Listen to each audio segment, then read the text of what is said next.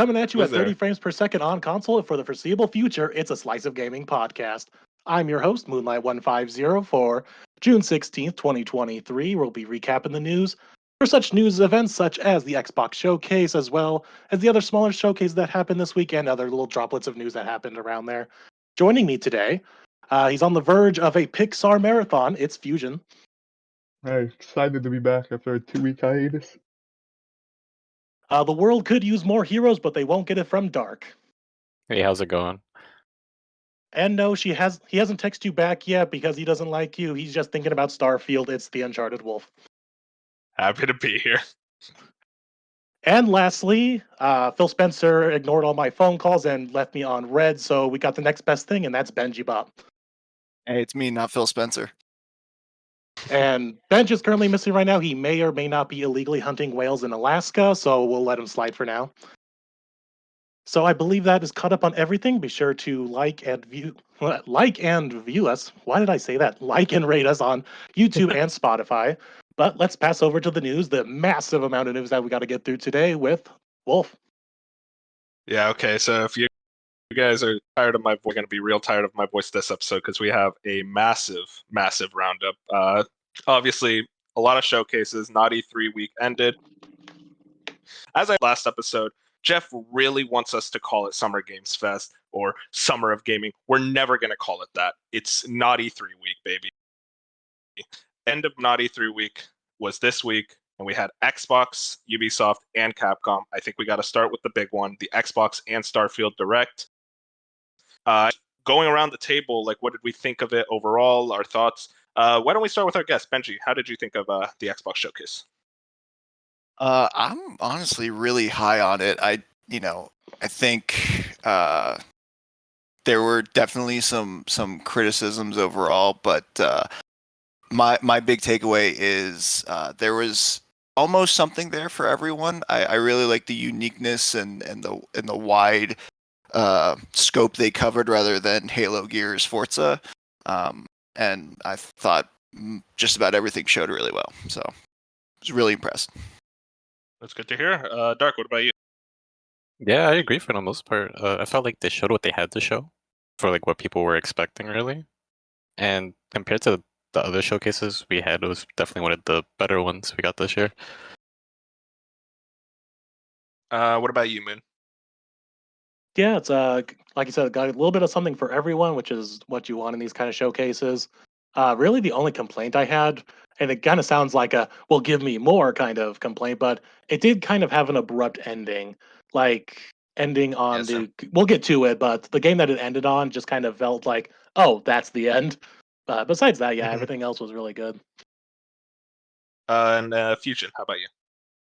Yeah, I'm probably lower than most people. I think it was a good show, especially for Xbox, but the gameplay, I still want the raw gameplay from Xbox, and they're still giving me they're saying in-game cinematics, but like we've seen Hellblade 2 like 4 times at this point. I just want to see, just give me straight raw gameplay for 7 minutes or something.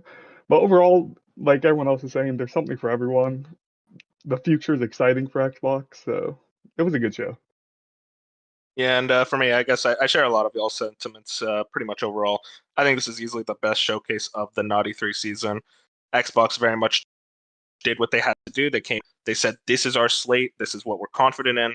And a lot of people will say, like, oh, there's not enough for the rest of the year. And I think Xbox kind of counteracted that by saying, well, Starfield and Forza, we are going to stick to our guns. And obviously, we're going to talk a lot about Starfield. We're going to talk a lot about every single game shown off. And I want to do a quick roundup of everything that was revealed. And the very first thing, we started off with, got teased before the showcase. Thankfully, Xbox did not step on the rake. Fable trailer. We got like a quick little like in-engine trailer, some gameplay shot shown off. I guess immediately I'm going to ask you guys how you thought about this trailer. Dark, what about you? I thought it looked pretty good, all things considered. I've never been like super into Fable personally, but it looks interesting enough for me to try it out. Yeah, no, this definitely seems like more of a what's it called? The first, like you can just jump into this one. Do you guys think that's going to be the case, or do you think it would be like you have to play the old games? No, it's Given gonna how be like long it's a been. soft reboot of some sort. Yeah, I'm expecting a reboot at this point. Yeah, no. I mean, has anyone here actually played the original Fable games? I unfortunately haven't. I have actually. Perfect. So funny enough, when the cinematic in 2020, where it's just the title card got announced, I never played them, and I went back and played Anniversary Edition. I want to say late 2020, maybe early 2021, and I've only played the first one. And I know people really like 2, and then are really either decisive or don't like 3. And I figured I'd save those until it was a little bit closer to the reboot. But yeah, I think they totally nailed the tone, the humor, kind of the sensibilities. I mean, the small things like kicking the chicken, or just, I don't know, that unique British humor. I totally love like the world they're setting up. I think it just comes down to what are we actually doing. Yeah, I'm pretty much share your exact sentiments. Like, I love British humor so much. So, like, Fable has kind of been on the horizon for me, one I really want to get to. And this trailer definitely, really sold me on like wanting to try this game out when it comes out. Obviously, this is a very major plus for this game, make you much more likely to even try it in general.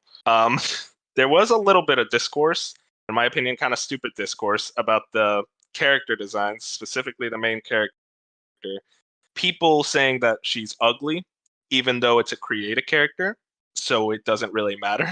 Did you guys have any thoughts on that? It sounds like people online just wanted a reason to shit on Xbox. Mhm. That's about it. Yeah. I mean, I have the same thoughts as I did with, I think it was Aloy during one of the Horizon Yeah. trailers. Oh, It's yeah. like, dude, go touch grass. Like, please go outside and touch grass. Like, I don't know what to tell you. It's really stupid. Now, I will say, have they confirmed that it was a created character? Because I'm pretty sure in the haven't. first game. Okay, they did. Okay, cool.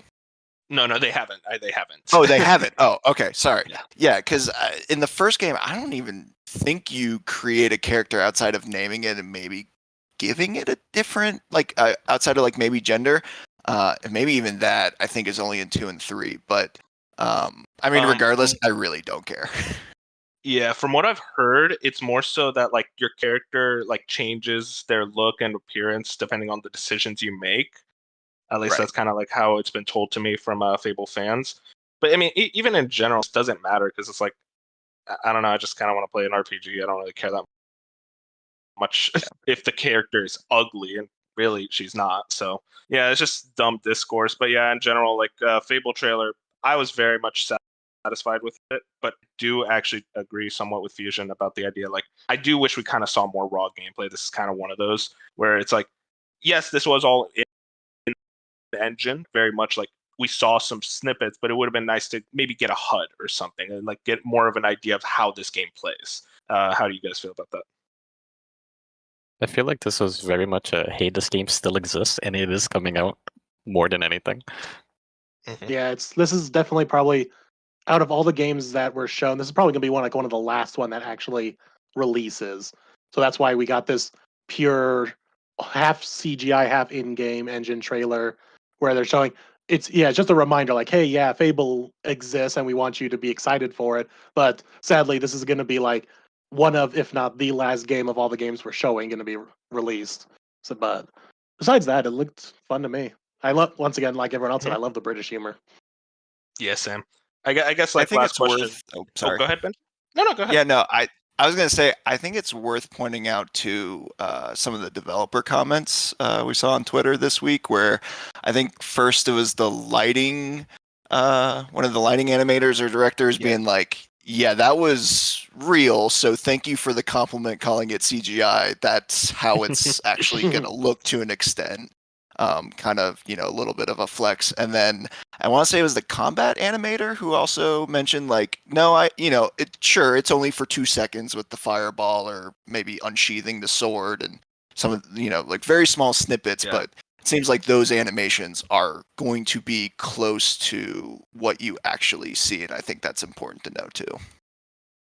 Yeah, that's good to know. I guess last thing, do you guys have any predictions for when this releases? Early 2025. Yeah, they're gonna originally say like holiday 2024. It's gonna slip into early 2025. Yeah, I don't think it's anytime soon. I would say summer 2025. That'd be my guess. I think this is like Yeah, I go ahead. I think this is the big game we get before Elder Scrolls 6. Oh, man, Elder Scrolls 6. I mean, that's even Yeah, farther wait, away. what? Yeah, I Wait, think Elder Scrolls. Fable and is- Elder Scrolls. Where did In where did this terms of connection come from? In terms of like size and like open world like exploration, I'm assuming this is what they're setting up with this. This is going to be the large title before we get Elder Scrolls 6. Oh, I understand what you mean now. Okay, He's just saying we're getting The the big open. This is our premier open world Xbox game. title. Yeah, to keep us like satiated until ES6. Okay, I thought you were saying like, yo, and then Sorry for Elder the Scrolls phrasing. 6. Elder Scrolls 6 comes out 2 weeks later. I think I that's guess actually that's all. a good question. Wait, sorry. What? No, Just no, to please go ahead. piggyback off of that, do we think? Okay, so like Forza Horizon has some pretty big maps, and I know it's a car game, and this is, an action adventure game, and the scale is going to be completely different. But like, how big do you think they could really push this map for the first real foray into this type of game mode? If you want me to be honest, I don't think it's going to be that big. I think they Yeah, want to like same. have a more focused experience, very much like an Obsidian game. I mean, even Yeah. then, that's pretty big. Oh yeah, but like I mean, It's like obviously not going to compared be to a small of Bethesda any. map. Yeah, like maybe not as big as like a Bethesda or a Witcher map, but maybe just below that, like a notch down. Yeah. Maybe like a Spider-Man. Yeah, I could see that size. That'd be a good size. Yeah, Spider-Man. So pretty much I expect. But yeah, that's pretty much everything on Fable. Did you guys have any last thoughts on it? No, not really. Okay, I guess we'll move on to South of Midnight. This is Compulsion Games' new IP. I just want to say that I predicted this would show up, and I was right. I'm going to take some points for that. Very much. It goes New Orleans. I'm still waiting to see if I can get that point, but it got like a nice little CG trailer, or not CG, in engine, but kind of like this stop motion esque like design, like clay.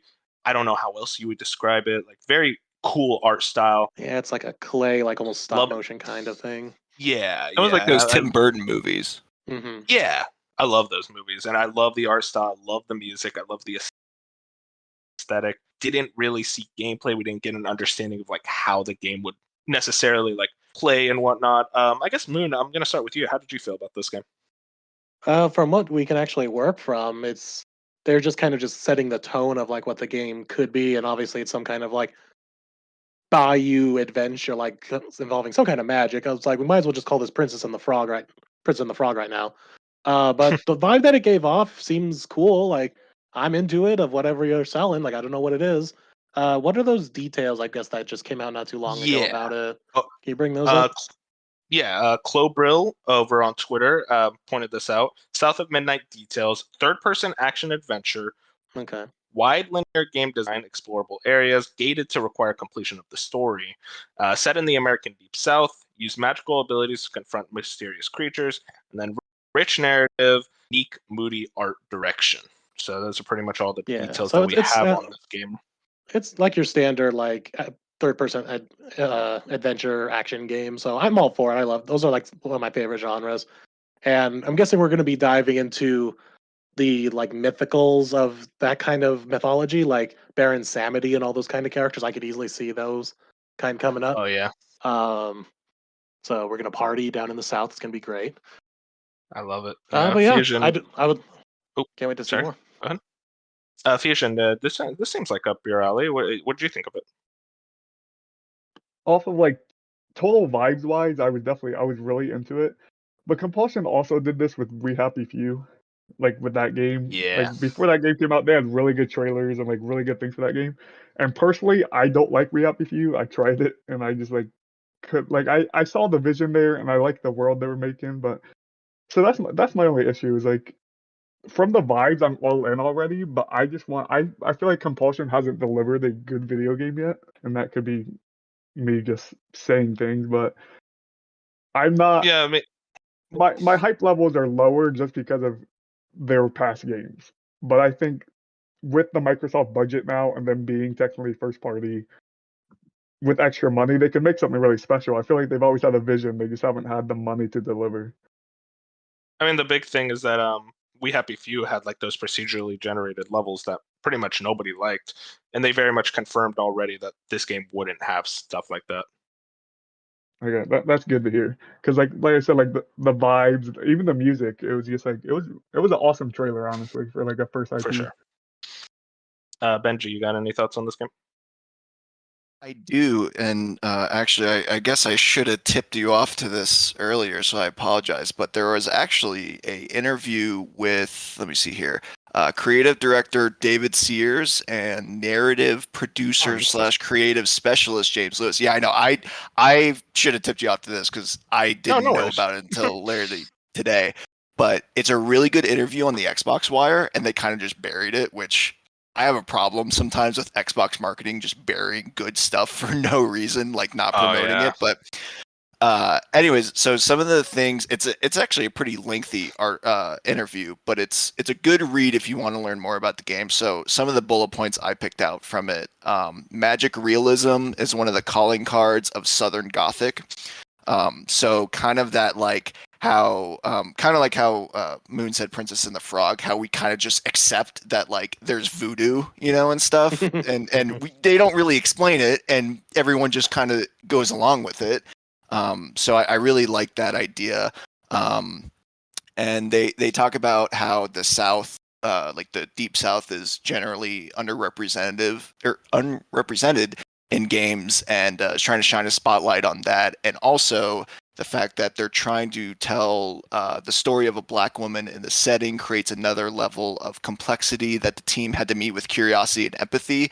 I think that's really interesting because if the gameplay isn't there like Fusion, and I think Fusion's totally right. You got to be skeptical on gameplay with after We Happy Few, but if they can tell a good story, with how they're going about this, and you could already tell from the vibe with they mentioned music being a driving force with blues, gospel, and folk music, and let's see what else.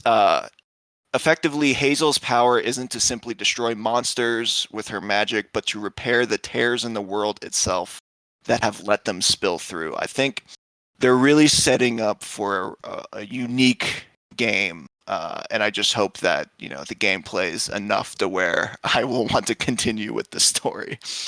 Yeah, I mean, I wonder if music is going to be like a big part of it. Like, are we getting this is like the next like Hi-Fi Rush or Brutal Legend, where music is like a big part of the combat?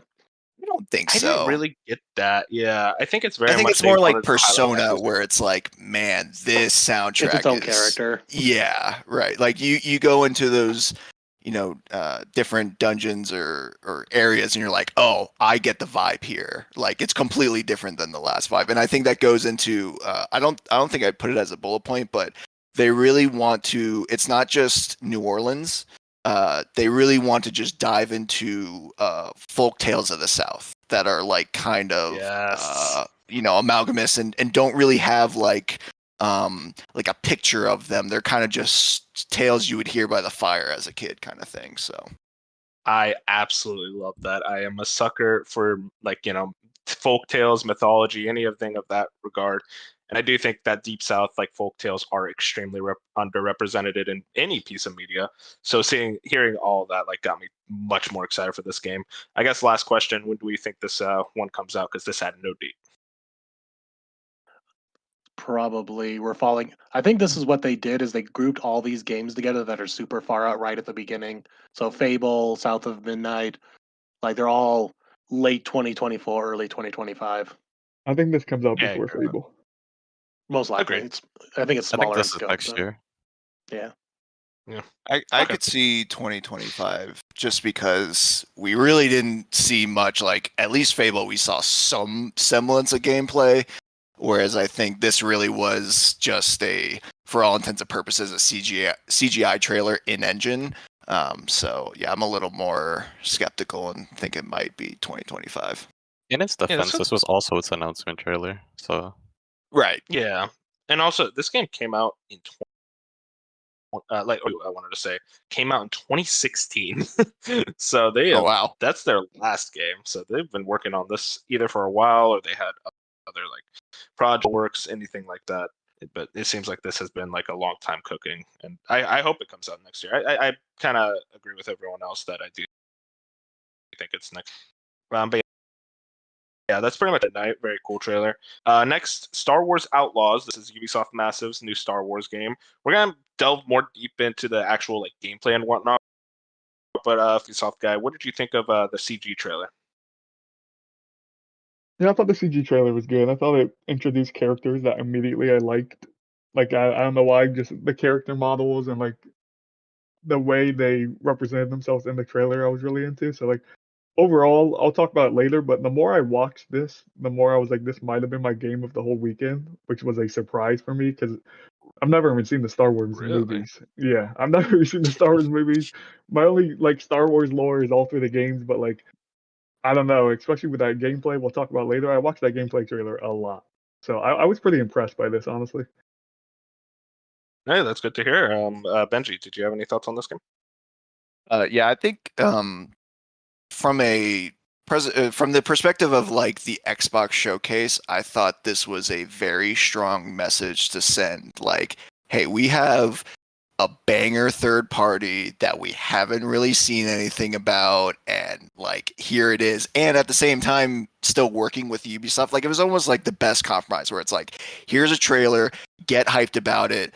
Yeah, you're going to see a lot more at the Ubisoft show, but like the fact that it's here at the Xbox show first to kind of send that message, it kind of worked Premiering. out both ways, which I thought was really, really smart from both teams.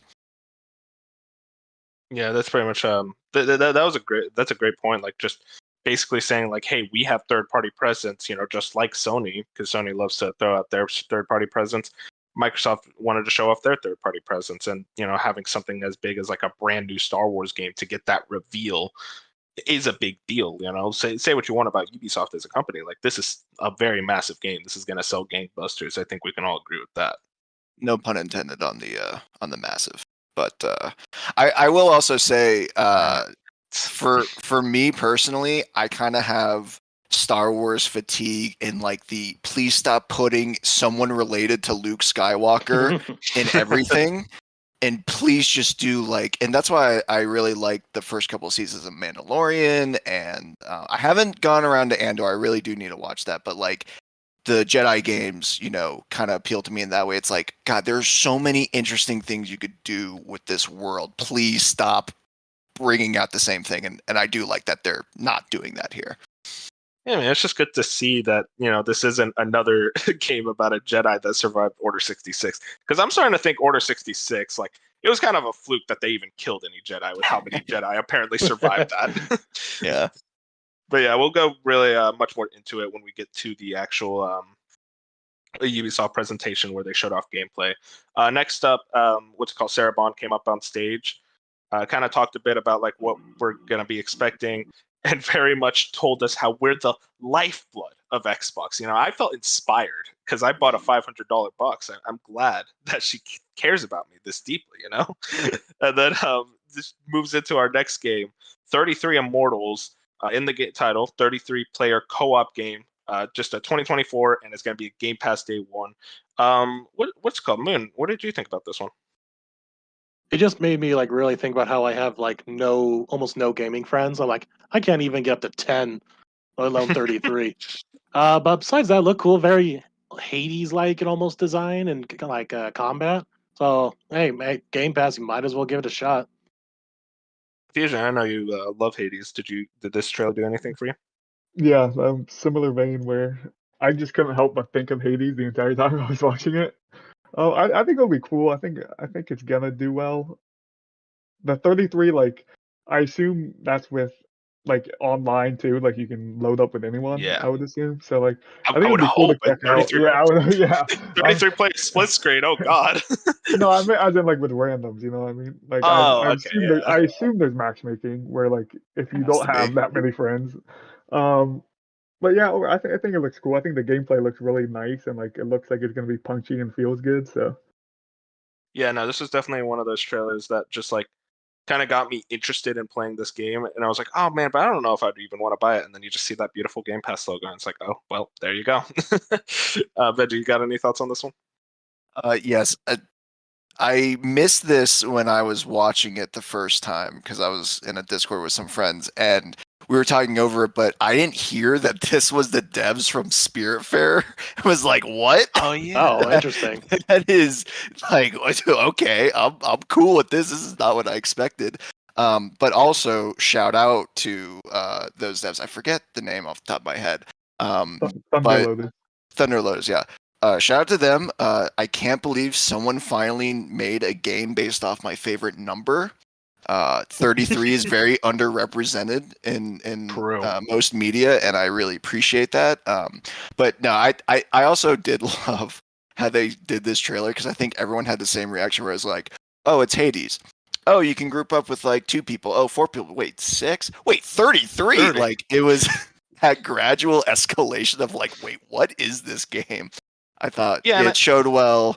And the combat looked decent. I'd like to see more of it, but yeah, because it's on Game Pass, like easy.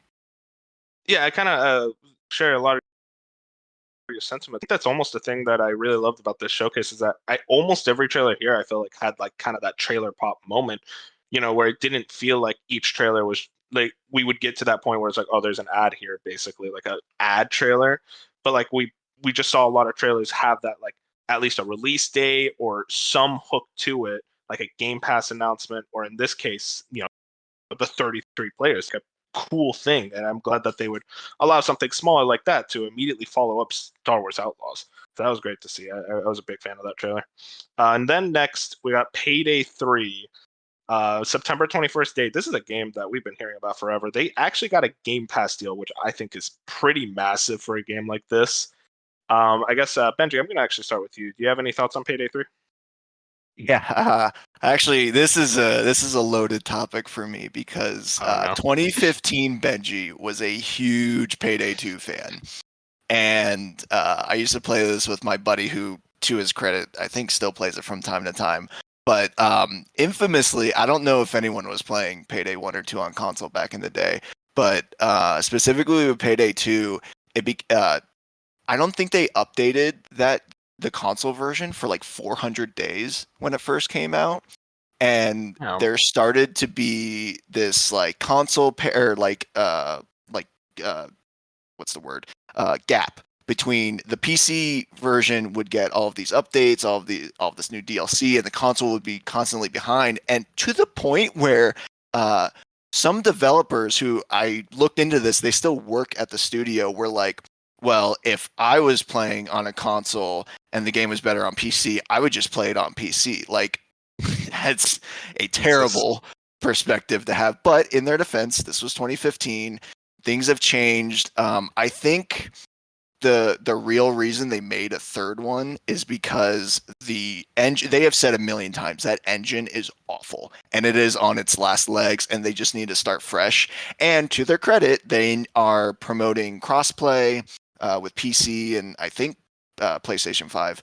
And it sounds like this is going to be more content parity and feature complete with PC, and no one's going to get left behind. But yeah, like you said, Game Pass day one, I think that's enough for me to be like, all right, I had gripes with this game literally 8 years ago. I should just let it go and start again because, man, that is a fun gameplay loop. I did search it up. You are right. Crossplay is with PS5 as well. So every console. Yeah, that's good to hear, honestly, especially with a game like this. I don't think it's called Dark Fusion Moon. I know you guys aren't really into Payday, I don't think. I actually did play Payday 2 back in the day a little bit, back with an old gaming group I was a part of. And I had no idea about the whole PC and console like gap that was there. So that's interesting to hear about. But yeah, I mean, from what the little bit I played of Payday 2 back in the day it was fun. So happy to see like what does a more modern version of that look like these days. So I'm excited to check it out. And of course, Game Pass day one. Why not? Yeah, that's definitely going to be the big seller there. It's like Game Pass for a game like this, especially a multiplayer game. Those are the games that benefit the most from Game Pass, I would argue. So that's a big deal. I mean, I guess for me, like I played Payday 2 for 2 hours. So just take with that information what you will. um, Nice. And then moving on, we got Dark. This is your topic. Persona 3 Reload. We got an early 2024 date. I have a lot of info to get through. Oh I boy. guess just it's Game Pass. So just initial thoughts on the trailer, Dark. This is your thing. Let's go. Okay, I'm not gonna pretend that I'm surprised because this did get leaked early, but it was nice seeing it be officially announced for everybody. But Jesus Christ, this game has so much fucking information about it. It's ridiculous. This was the most annoying game to get all the information for. You know, if we could get behind the scenes, I felt like I had to read like 80 articles to get all the info possible for the podcast. You want to start getting into it? I'll get to it in a second. I want to get initial thoughts. Moon, I know you're a big Persona fan. You missed Persona 3, though. What did you think of this one? I mean, it's one of the industry's worst kept secrets for a while now. We've had rumblings of a Persona 3 remake for, I want to say, almost over a year, maybe pushing 2 years now. So it's just nice to have this finally out in the open, especially now that I just finished Persona 4. So I'm just like, yes, more, give me more, yes. But everything about it looks great so far in that trailer, and I'm excited to see and learn more all about these characters because, like, the diehard Persona fans who actually did struggle and play through 3 have said this is probably the best game in the franchise. So I'm like, okay, let's see what you got. There's a lot to Benji, cover with that statement. go ahead, Dirk. 3 has the potential to be the best in the series if they manage to fix some things. That's a big if, but if they do manage it, I can see it easily being everybody's favorite Persona game. Yeah, no, I can definitely see that. Benji, what you have initial thoughts on the trailer before we get into the details? Yeah, so I will say this is probably the worst time to mention it, but I did try Persona 5 back when it did drop, and I made it to like, I think I beat the 3rd dungeon, and I'd put in like 30 something hours, and I was like, I like this game, I appreciate it, but I just don't have the willpower to make it all the way through a game like this. But I really do, like, it comes out of a place of respect, and I just, had to cut my losses. But I think it looks. I've seen gameplay of the original 3rd one, and I think it looks great. And I know the people who like this really like this. And yeah, again, it'll be a recurring theme. But Atlas showed up at this showcase, and I think that's a great sign of confidence for Xbox. That's a topic I want to get into later as well. Oh yeah, we'll get to it because they did show up a couple more times. I thought this trailer was absolutely fantastic. Obviously, it leaked, but I pretended to be surprised when they showed it at Xbox, and of course, we got a lot of information from many different sources. So initially, the first article that came out was Persona 3 Reload won't include content from FES or Portable, including the female protagonist. Came from Logan Plant over at IGN. This was a big deal when it came out. Namely, Persona 3 Reload appears to miss the additional content for Persona 3 FES and Persona 3 Portable, which includes the option to play as a female protagonist. In an interview with IGN, Persona 3 Reload producer Ryota Nitsuma and chief director Kazuhisa Wada confirmed that Persona 3 Reload only features content present in the original release of Persona 3. Now, that was the initial thing. And then we go into the Noisy Pixel article. Orpheus Joshua wrote this. Persona 3 Reload producer clarifies the game will include added main story content from FES. The protagonist not featured. Famitsu recently conducted an interview with crucial staff members of the upcoming Persona 3 Reload, notably general producer Kazuhisa Wada, director Takuya Yamaguchi, and producer Ryota Nitsuma. One of the questions from the Famitsu interview asked about what features Persona 3 Reload would have when considering the playable female protagonist from Portable and the epilogue scenario title from the answer from Persona FES. Ryota's response clearly indicates that his statement to IGN was an unfortunate generalization that is not entirely accurate. To summate it, he clarified that the answer would not included in Reload, nor the female protagonist. However, certain parts of FES will be featured in this release. If I had to guess, I would assume the Aegis social link added to FES will be included here. So that was a whole saga in and of itself. We got a lot more details, but Dark, what did you think of like all of that? So yeah, I guess it would be best if we break this down slowly for everybody. So the main issue with base Persona 3, and I'm playing through it right now. Well, I'm playing through Portable right now, but the main issue of this game is that a lot of things aren't. There's not enough context or clarification of a lot of things. and that's the main reason why the answer exists. And if you're familiar with Persona, you know that they have social links for characters. In Persona 3, if you're playing as the male, you cannot interact with your other male teammates unless you play as the female, which is mind-boggling to me, looking back. So they already clarified this, that they are going to make it so that everybody has a social link and all this now. If they clarify things properly, they don't need to do the answer. It will be completely irrelevant. They can literally add 2 sentences into the game and the answer will be completely irrelevant. It is a bit sad that the female protagonist isn't there because it's not that many changes. There's lines of text being changed. And maybe I guess like some cutscenes. I hope that they add her later, but it's not the worst thing in the world. Yeah, I kind of agree with a lot of those sentiments. I will also mention there was a new voice cast revealed. I know you do a lot of voice acting stuff. Did you have any thoughts on this? Not a whole lot. It's just if you pay attention to English dubbing of anime or English dubbing of Japanese video games, you start to see and notice a lot of similar names. They reuse a lot of actors, and it's just a group I just call the usual suspects now. I know and I've worked with a couple of these people, but I've been in context with some of them. And they're all great people. Like, they're all great actors. The only ones I don't know are there's 2 or 3 I don't know. But I checked their Twitters because obviously they were all over my Twitter feed because I follow all these actors. And it looks like the ones that I don't know are just more up and comers, like who've done some roles in some anime and maybe some other smaller games. So this seems to be like their first big franchise. So congratulations to them on your big role.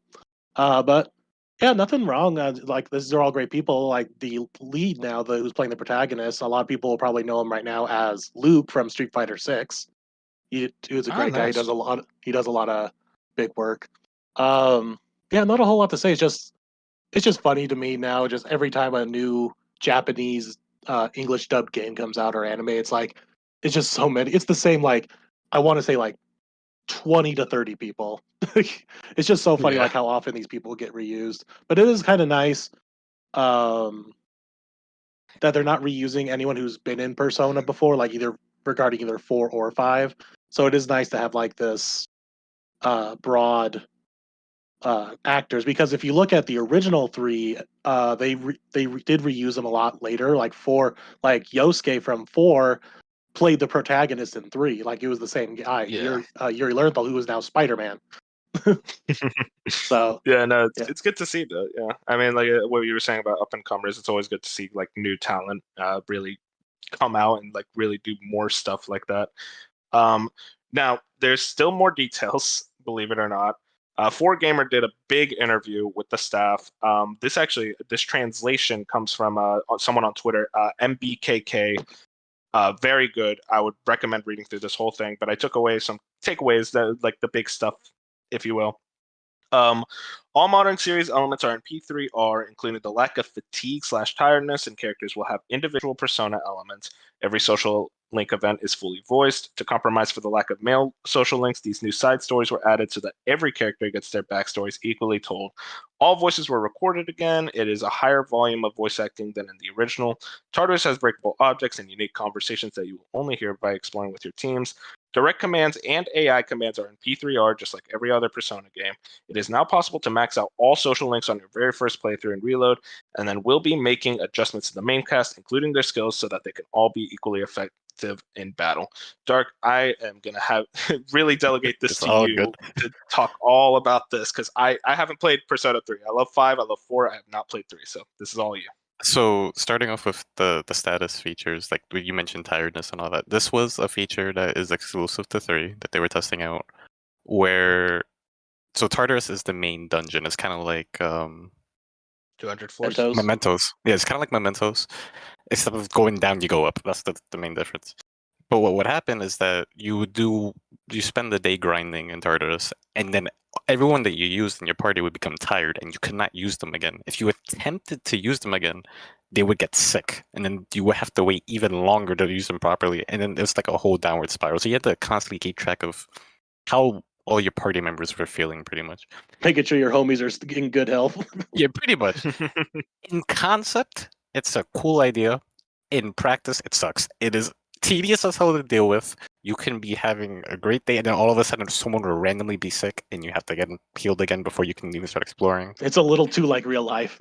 Yeah, and Yeah. going into another issue as well. Some of the characters are there's no balance in this game. Like some characters are utterly broken compared to other ones, which leads you to using the same party members over and over again. So then, when one of those characters gets sick, it's a whole like downward spiral of events that happens. Yeah, that's what they say at the end about making adjustments to the main cast so that everyone is effective in battle. Yeah, which is good to hear because a lot of these characters are fun to use. Like I mentioned earlier, they are fixing the social links because before you couldn't mess with the male social links if you were playing as a male character, which makes no sense. And I do hope that they do fix the social links in general because a lot of your party members, the requirements to even start the social link, to even start learning about them, you can't unlock to the tail end of the game. It makes no sense to me whatsoever. Yes. And then Oh, and yeah, then I want to move into the I guess the possible to max out all social links. So what's the deal with that? there is a On your lot. first playthrough? Yeah, there is a lot in P3 where it's like you will mess up unless you're like following a guide. You're gonna mess up 100%, and it's not capable. Like you will mess up, and there are social links that are. There's like the club system is back from P4. Uh-huh. There's different social links tied to that depending on what club you are. So it's literally impossible for you to get all the social links in this single That's playthrough. dumb. Yes, tell me about it. Yeah, and then the direct commands, I heard about this. It's like a situation with FES, how you Yeah, couldn't so control your party FES members. had this, and it was fixed in portable. But before, your characters would just kind of be on autopilot.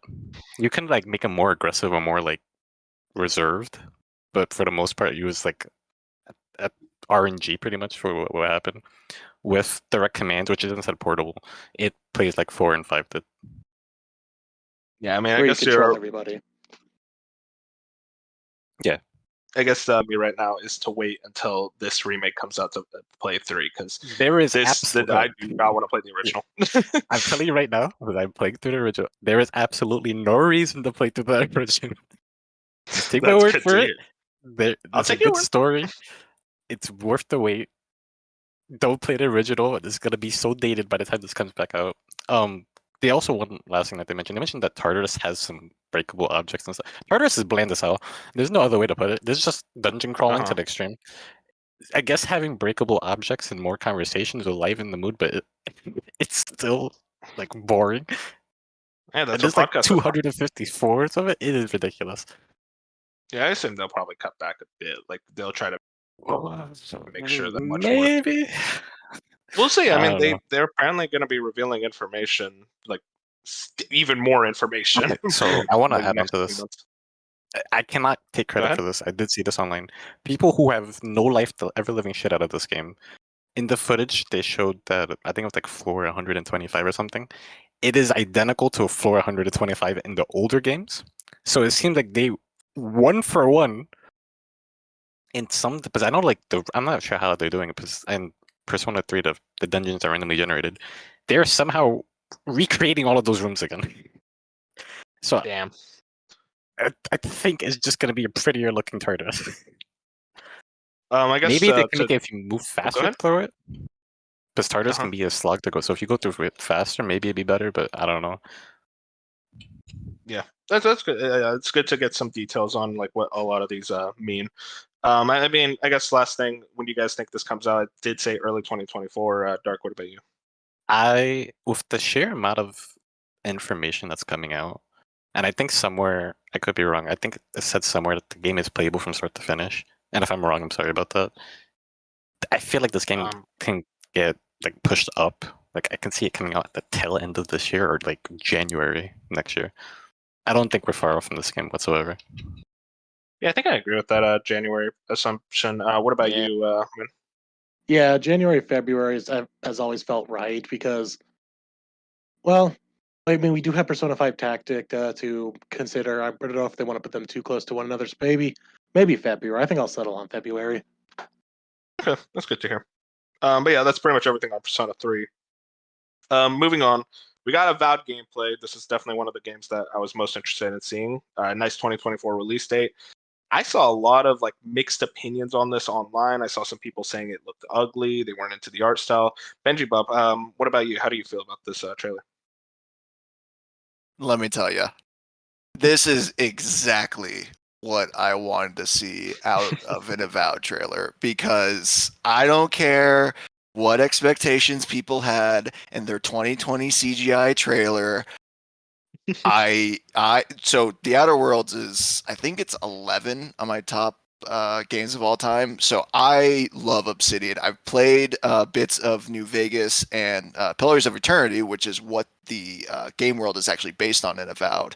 I really want to make a earnest playthrough through at least the first game. I think it's more of an ARPG. I forget the genre of action game. RPG. Yeah, CRPG. I think it would be computer RPG. Okay. But like, yeah, this looks like an Obsidian game. My thing is, though, I am actually surprised how little we saw, because I went back and watched Outer Worlds trailers and see how they showcased it, and they showed a lot of like dialogue and the humor and kind of the satire of a post apocalypse, not like late stage capitalism, I guess would be more the term for the world in Outer Worlds, and kind of the satirical take on that. And they showed off a lot of like the charm, whereas interestingly enough in this trailer, I feel like it was like, here's all of the cool combat you can do, and we're not telling you a thing about the trailer or about the story, about companions. They showed off one guy who I believe in the extended showcase they mentioned that he either is a companion or he's a central figure in the game, which I mean makes sense. But yeah, I personally I love it. I think this is exactly, I don't want Obsidian to just make giant RPGs and be Bethesda light. I want them to make these tight 30 to 40 hour experiences that are replayable, because I think I replayed Outer Worlds 3 times and went completely different ways with it every time and had a blast with it. And I'd rather replay a 30-hour game 3 times than do a 90-hour game once. So yeah, I pretty much agree with everything you say. I think this is pretty much the exact gameplay trailer I expected, the exact tone I wanted. Everything looks great. Unlike you, I wasn't the biggest fan of Outer Worlds. I think that this game definitely looks a lot more interesting to me, just based on concept and how it looks. There were a lot of people kind of confused about the idea of co-op. If it's like a co-op game, they did specify it is single player companion system, like a basic RPG as per usual. What's it called? Fusion, did you have any thoughts on that? Yeah, I love fantasy RPGs, so like this, I love the vibes. I love like the combat. I thought it looked really good. I loved everything they were showing.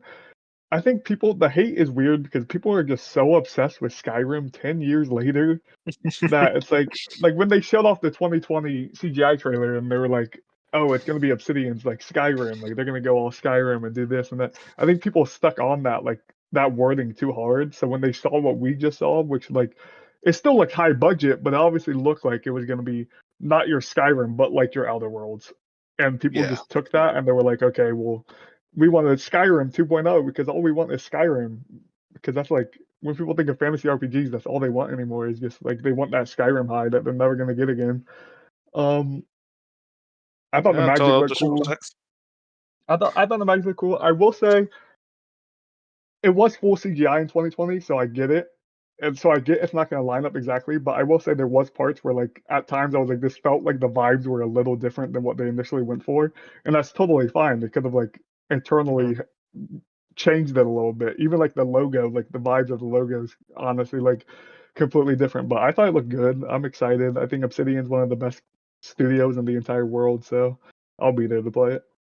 Yeah, it's kind of an interesting thing where it's like a lot of like that initial, a lot of people were kind of expecting a dark fantasy from this game, and let me tell you, this looked a lot more high fantasy. And I'll tell you Yeah. guys, I love dark fantasy. It's one of my favorite genres. I'm kind of sick of it. I'm ready for like some high fantasy. It looks a lot more interesting than what I was expecting it to. Yeah, well, real quick, just to kind of go off of the CGI stuff, I do think this is to tie this back to like the Fable and South of Midnight. I would much rather Xbox go down the road of announcement trailers in engine or with as little as CGI as possible, because guess what? I think we all have an expectation now of what South of Midnight is, whereas with Avowed, there was that dissonance and kind of like, like the expectations people had, not knowing enough about Obsidian, and then getting this, it was a bit of whiplash, where I think an in-engine announcement trailer, whether it's all cinematics or not, at least establishes better expectations going forward.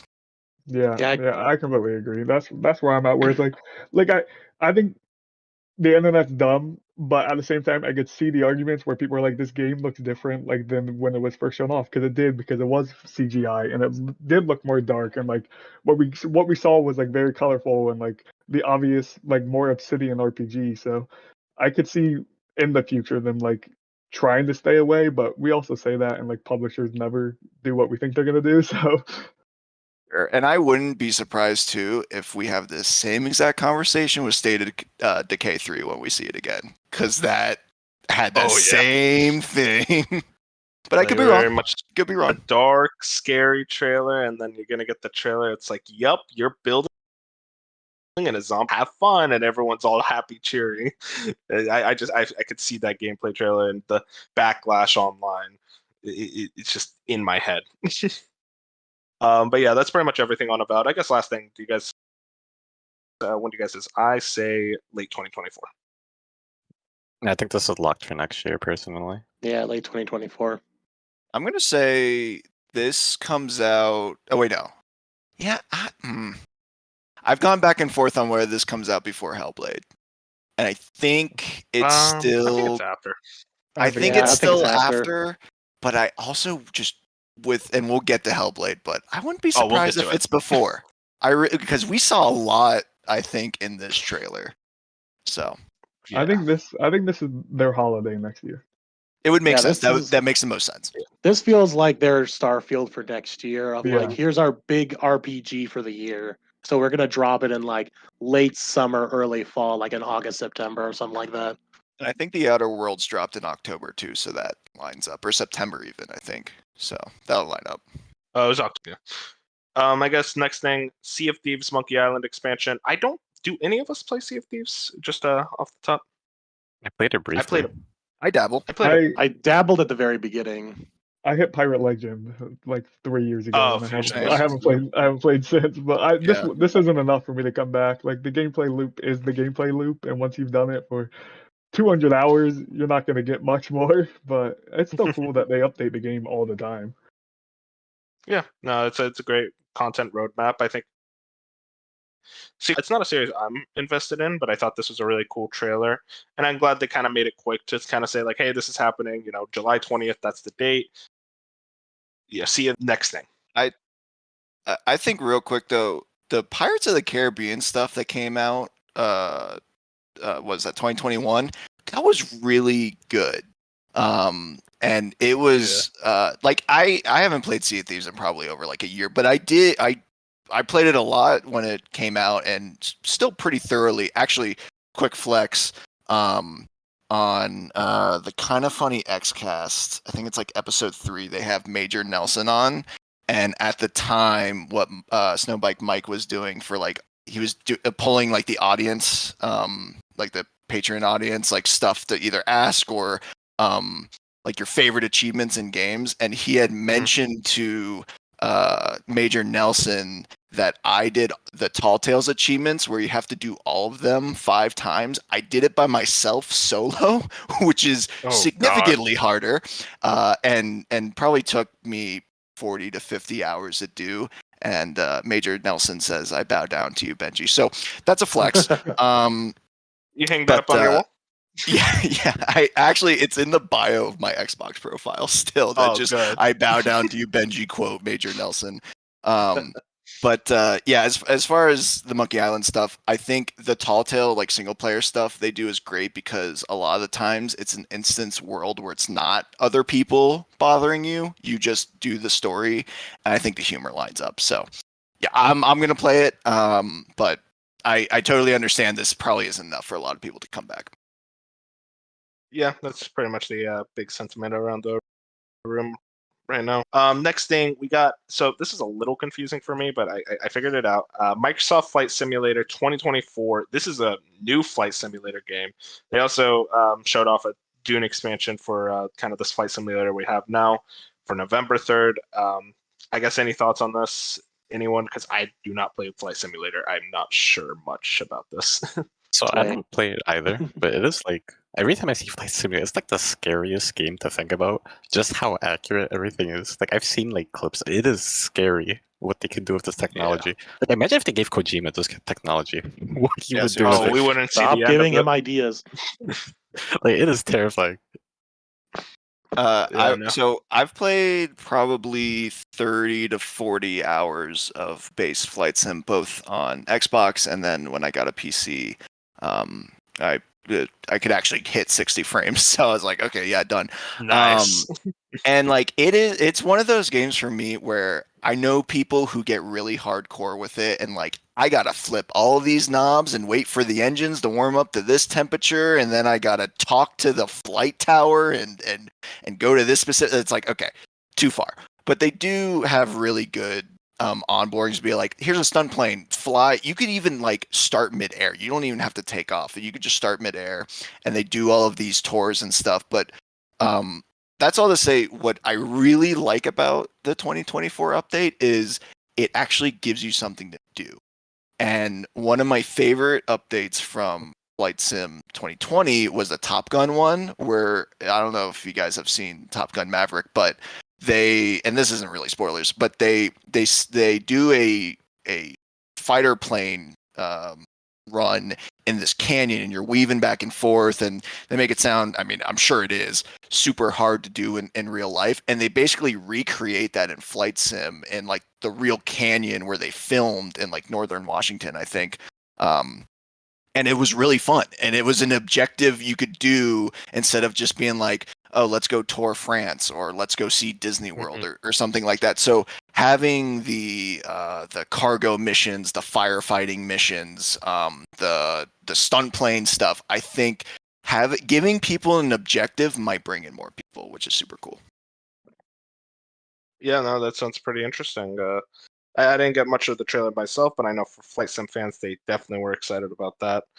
And then the next thing, this is personally one of my lowest moments of the show. We got Hellblade 2 Senua's Saga. We got some gameplay. And I'll be honest, this was extremely disappointing. We got a date 2024.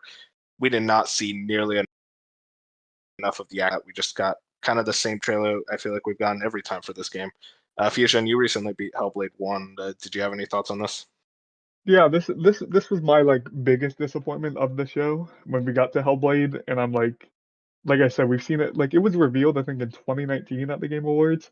Yeah. And every time we see it, it's another like just short trailer about how just like this how the story is gonna go and like a trailer like this doesn't make like if you're trying to sell a game on someone like to someone new, I get it's a sequel, but like this trailer, like unless you played the first game, this trailer makes zero sense to you.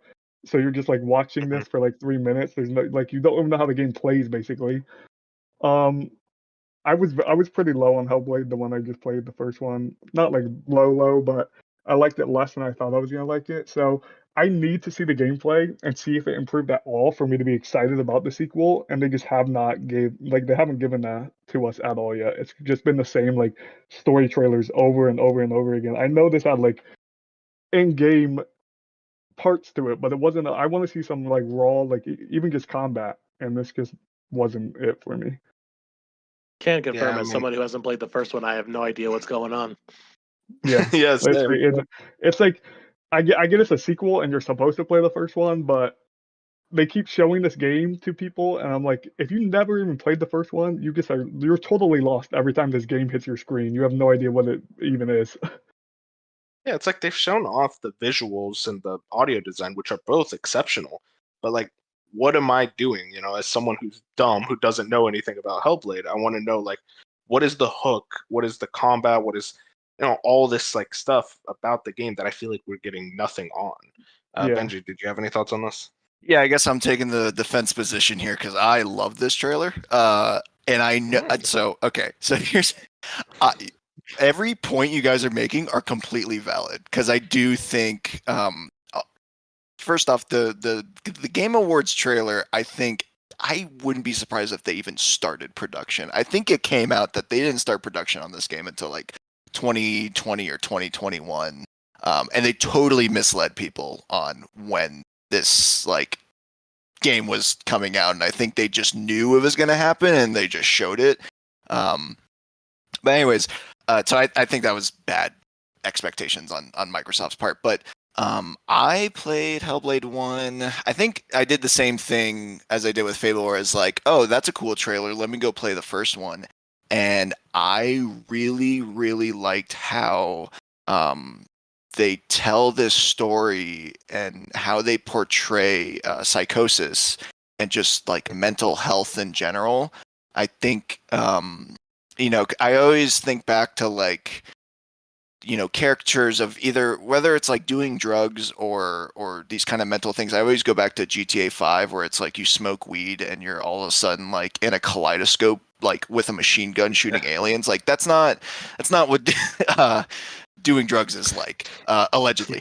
But with Hellblade, it's such a real, and especially with headphones. Like I know some people played this either like on their Steam Deck or on their TV. Like you got to play this game with headphones because it like the real draw to this game is just how they portray Senua and what she's going through. And I'll admit, it is a walking simulator. The puzzles in the first game are not that interesting or challenging. Yeah, they're not. It's like that meme of like every little block can go in the square hole on the little toddlers thing. It's like it's just you don't even think about it. It's like, okay, yeah, this is clearly the answer. And the combat sucked. It was not good combat. But I was always more interested in the story. So for me, this trailer, I listened to it in a Discord watch party and I just deafened myself because, and props to Xbox for getting the headphone audio in the trailer. Oh yeah. That was a great touch. But I think what they showed is exactly what I personally want to see. I want to see more of this journey that she's going on and how that evolves. And I think the reason they're not showing gameplay and combat, I think we all have to come to the collective come to the realization that I don't think they're going, kind of in the same way that Avowed isn't going to make Skyrim, I don't think they're going to really do much more in the combat or make the world bigger. I think it's just going to be another Hellblade, one with a better maybe production quality. And I think that's something we may have to just accept at this point, that it's not going to be this huge game. It's going to be this quick, 5 to 8 hour experience. If I could jump in real quick. Go ahead. Just to say that I will say my issues with Hellblade 1 were all on the gameplay side. I really did like the story. So I agree with you there, Benji, about the story and her journey. And that the point of you saying like you don't think the combat or anything's gonna get upgraded is what hurts me, because I'm like, they're so close to making something really special. And granted, every game doesn't have to be like this special 10 out of 10 experience, but like I feel like they're so close with just tweaking the gameplay side of the game with how good the story already is, that I'll just be so disappointed if they just don't mess with it at all and they're just gonna continue the story, you know what I mean? Especially with Microsoft's budget now.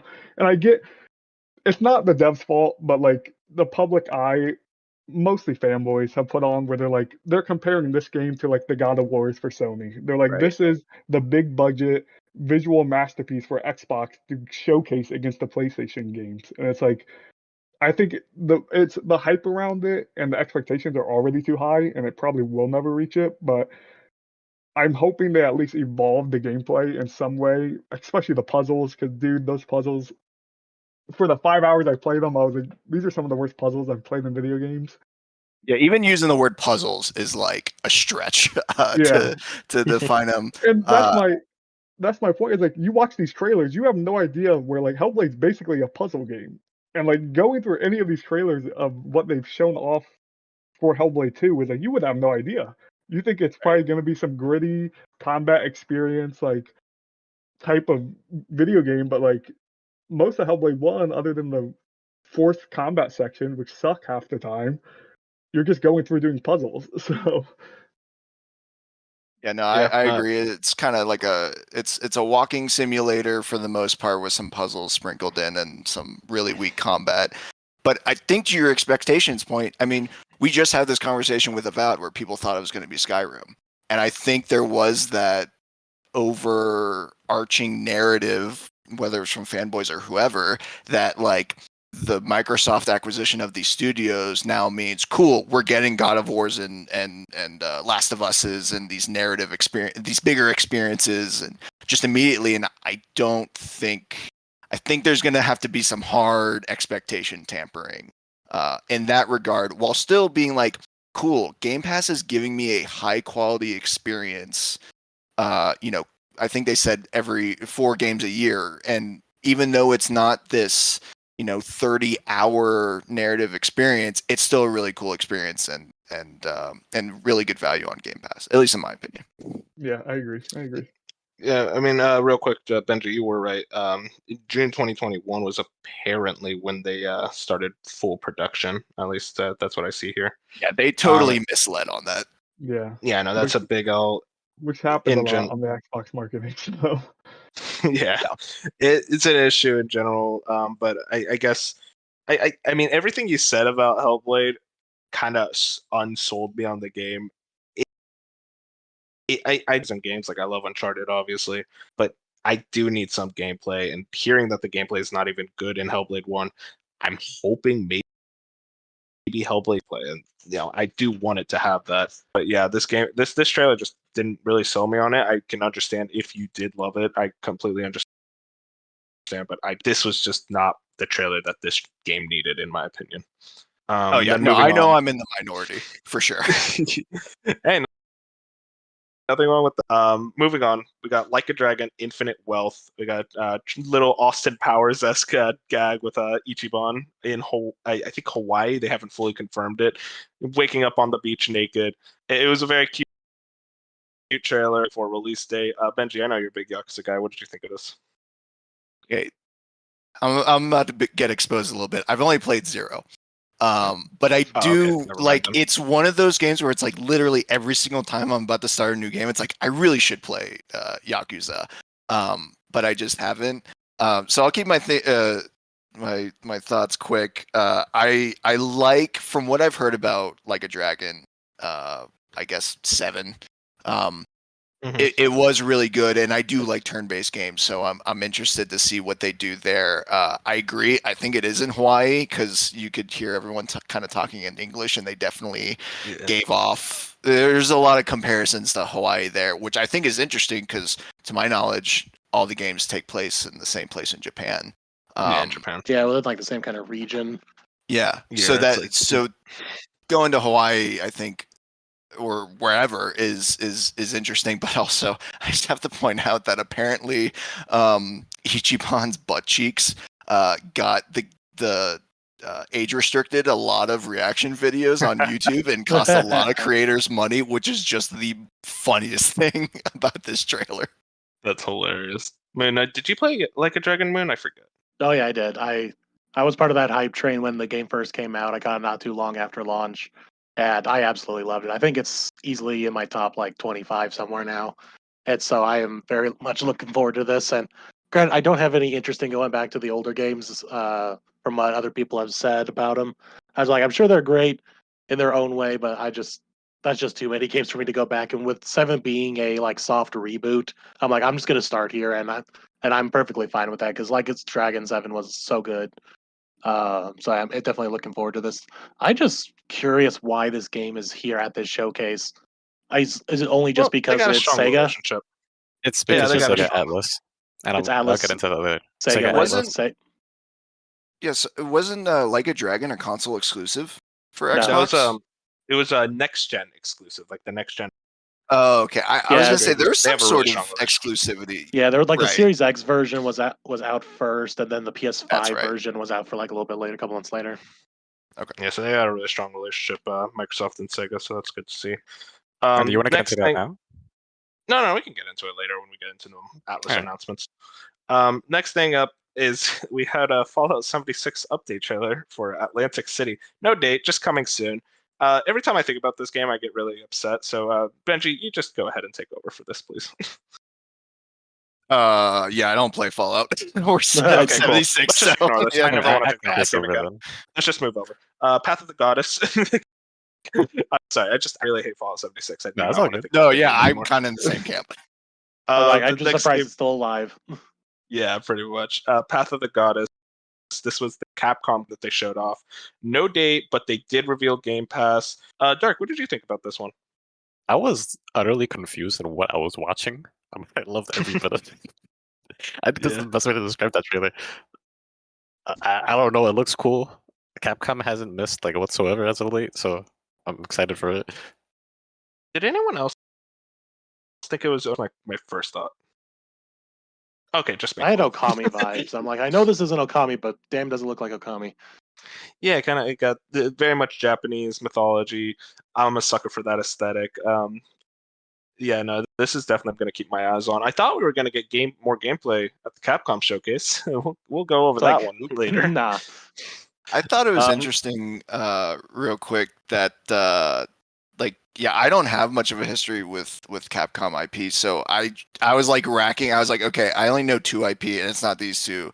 So what is this? But I think this just goes back to just the strong, unique showing that Xbox had, where it like, I know a lot of people who maybe only play like Gears or Forza or Halo maybe didn't like it, but I think it drew in a lot of people who are willing, especially with Game Pass. It's like, okay, this is crazy and I have no idea what it is. Let me try it and maybe I'll like it. But I will say, on gameplay wise, from some of the shots I saw, I almost want to say it was a tactics game, which is crazy to say. But I don't know. That's a stretch. it I like don't see there it. are certain like things where it's like it seems very in sync and like, yeah, I don't know. I'm totally speculating, but for like whatever if it was- reason, I get a tactics vibe.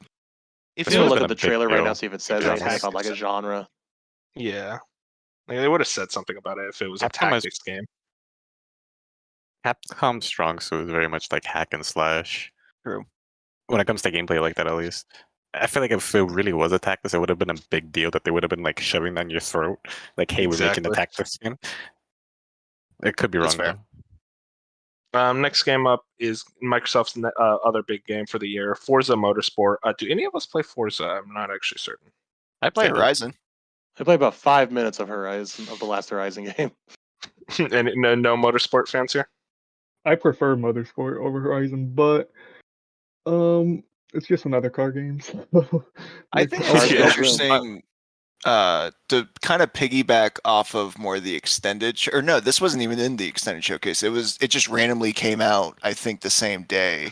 The single player kind of more story, I don't even know what they called it, just single player campaign. I played the last Motorsport I played was 5 because it's kind of the same way of Flight Sim, where it's like, sure, I can do these events, but it doesn't feel like I really have an objective other than win the race. And there wasn't really a sense of progression or really a evolving experience. It just kind of felt like, okay, I'm moving to this spot and winning this race. Okay, next kind of thing. Whereas that single player campaign trailer was interesting because I don't think it's at the level that Gran Turismo 7 is. I think they do a really good job of kind of getting in the casual player.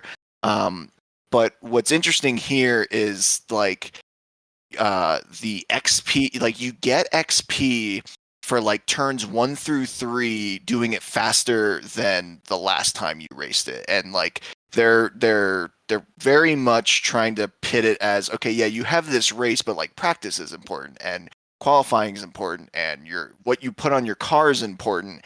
and you'll get rewarded for paying attention to that and that sense of progression. So yeah, I mean it's a card game, and I don't know if I'll stick with it, but I like what they're doing here, because my thing with Horizon is that there's definitely that feel of, okay, I'm building up this festival, I'm building up my reputation, here's this big race, and I'm glad that the motorsport game is starting to adapt to that. Yeah, that's good to hear. Moving on. Actually, going back to Path of the Goddess real quick, because I looked it up. Yeah, go ahead. So it is described. They described it during the Capcom Showcase that it is a single-player action RPG. Yeah. They described the There we go. story a little bit, which is just it almost sounds like a action RPG Last of Us, because it's like nature fighting back is what the story is.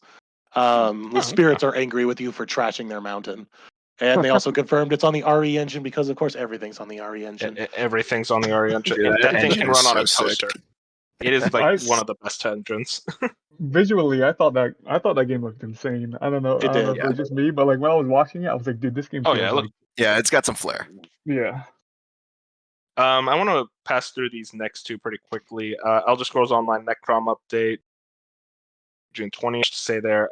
Overwatch 2 update, August 10th. We'll talk more about Overwatch 2 later. There was some news relating to the PvE and everything, pricing-wise there. Quick trailer there. Persona 5 Tactica. This was another thing that was leaked early. Dark, what did you think about this? We got data for November 17th. I thought it looked incredible. I'm always down for more Fire Emblem-esque tactic games, and Persona 5 especially is a massive IP, so I'm not surprised. I'm hyped for it. Yeah, is definitely. It also was a Game Pass title, if I remember correctly. I don't think Everything is coming to Game Pass except for Metaphor, which isn't confirmed for Game Pass yet, but that game doesn't even have a date. So yeah. And I guess no, I'm kind of in that same thing. I love Fire Emblem. I love Persona. Combine them both, it looks great. I'll be honest, I'm not the biggest fan of the chibi art style. It's just not the art style for me. That's really all it is to it, personally. It is funny that they went back to that art style, because they ditched it after the 3DS with the Persona Q games. I feel like because it's easier. It's most likely it was. Much easier game to like kind of put out there. Like, not like they're just like putting it out, forcing it out, but more so like, they want something like that can have a quicker turnaround than something like a quicker Persona turnaround and something to 6. stand out from like the rest of the Persona lineup. Because you look at Strikers, unless you're watching like direct gameplay and it's like one of those Muso beat 'em up games, like how do you distinguish Strikers from Persona 5 regular? So it's like I think they wanted to go with another art style to like distinguish. Hey, here's Persona 5, but it's a spin-off. Here's our Tactics spin-off, and this is why it looks different. And we're gonna reuse the art and style of the Q games from the 3DS. Next thing, we got a Starfield trailer, kind of more like a hype trailer to get us ready for the Starfield Direct later on. We're going to talk a lot more about Starfield later, so I just thought I'd mention like they did show like a nice little sizzle trailer. Very, very exciting. We got a lot to talk about with that one. Next game was just Jusant. This is a Donut game, fall 2023, Game Pass, kind of the climbing of Uncharted. Very cool art style. Fusion, did you have any thoughts about this? This seems like up your alley. Honestly, not much. It looked cool, but do you know who's making it? Donut. Oh, Donut. Oh yeah. Doesn't Donut have a couple studios? Yeah, they do. Yeah, well, they're a pretty big studio now, but I do think they have like multiple branches, because they're putting out a lot of stuff right now. They just put out a game. They just put out a Reverie right now, like a couple weeks ago. Yeah, it looked cool. I like the art style, and it looks like a cozy game, and I'm into cozy games, so like we'll see if the whole entire like thing's just climbing. I mean, we'll see how that goes. We'll see how long it holds your attention. Yeah, that's what I mean. Hopefully, it's a short. Like it gives me short vibes, like a 5-hour game, which like it's cool. I like Don't Nod, so I'm down with it. Mm-hmm. If they don't do a tie-in with Hannah or Miley Cyrus's "It's the Climb," like if that's not the credits music, then this is a whiff, in my opinion. 100% agree. Yeah, real quick, Don't Nod has 2 studios. Okay. When are they making Life is Strange again? It's okay. No, Life is Strange just got taken over by Deck 9. Yeah, I actually prefer Deck 9 Life is Strange games, but they seem to be a lot more comfortable with the IP. I still need to play True Colors. So good. Next thing, we got Still Wakes the Deep. Kind of got a very quick trailer, early 2024 Game Pass title. Looked interesting, kind of like a horror game on like an oil rig. I love the vibes, but we didn't really get it hoping for. Did anyone have any thoughts on this one? It's a stereotypical horror game. I don't know what else to say. Just I another need to horror game. rewatch it because It I'm was getting fun. this confused with Under the Waves because I watched that Yeah, A trailer lot of too. people are. Yeah, so I need to watch like both trailers to like make sure I can figure out which one's which. This is the oil rig one, Okay. Yeah. which I mean it's we know nothing basically, but Next thing up was Dungeons of Hinterberg. I'll be honest, I thought this was Hi-Fi Rush at first, and when they actually showed it off, I was unfairly disappointed. I'll be honest. They got a date early 2024, Game Pass. A very neat art style, little indie game. I didn't really get much out of it though. I'll be honest. I was fairly disappointed just because I really like cell shading when it's done well, and I think cell shading and max contrast and color everything, it actually, I think who was it, Andy Cortez said it made his eyes hurt, and I'm right there with him. I think it's a cool game, but the art is like genuinely like making it a struggle to watch. Yeah, I feel you. I'll Next have to thing up, rewatch it because I did not get that at all. Granted, I've never been one to be bothered by stuff like that, so maybe that's just a me Usually thing. I'm not, because like I like Borderlands. I loved Hi-Fi Rush. I actually had the same problem with Project Sable, that indie Game Pass game last year. Something about it, like when everything is kind of that cell shaded, almost not stop motion, but they cut frames. It to me, it's just a very specific critique, and I don't want to be too harsh on the game. It just yeah. Next thing, Keanu Reeves. He's back, baby. I'll be honest. I thought Idris Elba would show up for Cyberpunk, but I guess he was busy. So I guess Keanu Reeves like a schedule. So he showed up, kind of introducing Phantom Liberty, the new trailer we got here, September 26th date. Fusion, I know you have a big spot for CD Projekt Red games. Did this do anything for you? Yeah, it just makes me more excited to actually try Cyberpunk when it's all like flushed together and Phantom Liberty's like all in the. They'll probably come out with like the Game of the Year edition that every game comes out with, even though they don't win Game of the Year, and like a big collection of like the DLC and all that. Probably when I'll jump in, but I think I've seen a couple of people like Jez on Twitter talk about how like they're underselling how like important this expansion is with like how much they're overhauling with like the actual base game. Like they're overhauling so much with this DLC, and I feel like we haven't gotten like CD Projekt Red has been verbally saying that. But I thought the trailer was great. Xbox continues to have like the marketing for the game, so that's good for them because even with the rough launch, that game's still important video games right now. Xbox Yeah, at normally this has the point, marketing for CD PR games. Yeah. yeah, need to undersell it honestly, because like we saw what happened if they oversell a game with how it launched. So this is kind of a situation where I feel like they're Wolf. a lot more. Yeah, go ahead. So I did pull up VGC's article on what they're actually changing, because and we'll kind of get to this later. I've been playing Cyberpunk 2077 for my third attempt at playing this game, and what's interesting here is that so they're redoing perks and skill trees. They've added vehicle combat while you're driving, which it's crazy the game didn't come with it. So now they'll actually have like police chases or car chases where you're not just in the passenger seat. They've greatly expanded the AI and the police system. Multiple levels with multiple archetypes of enemies who chase you, so it kind of sounds like more like GTA and I don't know, any game with police where they kind of up the ante. Redone the loop and whole progression of the game, UI, UX, loot, but the main thing being AI improvements. So that definitely is exciting. But for me, and Are you gonna restart? No, so that's people have asked me like, "Hey, why are you playing it now? Aren't they just completely changing everything?" And my thing is that one, funny enough, I've modded the hell out of my PC version of the game to add like stuff like vehicle combat, better police AI. One of the ones that it's actually broken since I've come back to it, which sucks because it was in the earlier version of the game I played. They had flying cars, and let me tell you, Night City, when you can fly around it, is so much cooler. And I wish they would add that to the game. That sounds awesome. It is so cool. But actually, my thoughts are kind of similar to what Jeff Grubb's initial review of this game, and I got to give him props because he stuck his flag in this game on launch when everyone was hyping it up, and it's just the game is still window dressing for me, or set dressing, or window shopping, whatever. It's hollow, is my thing, and especially with like Starfield and the amount of things you can interact with, and the fact that I can't go into a building in Cyberpunk unless it is a shop, or you can't even like talk to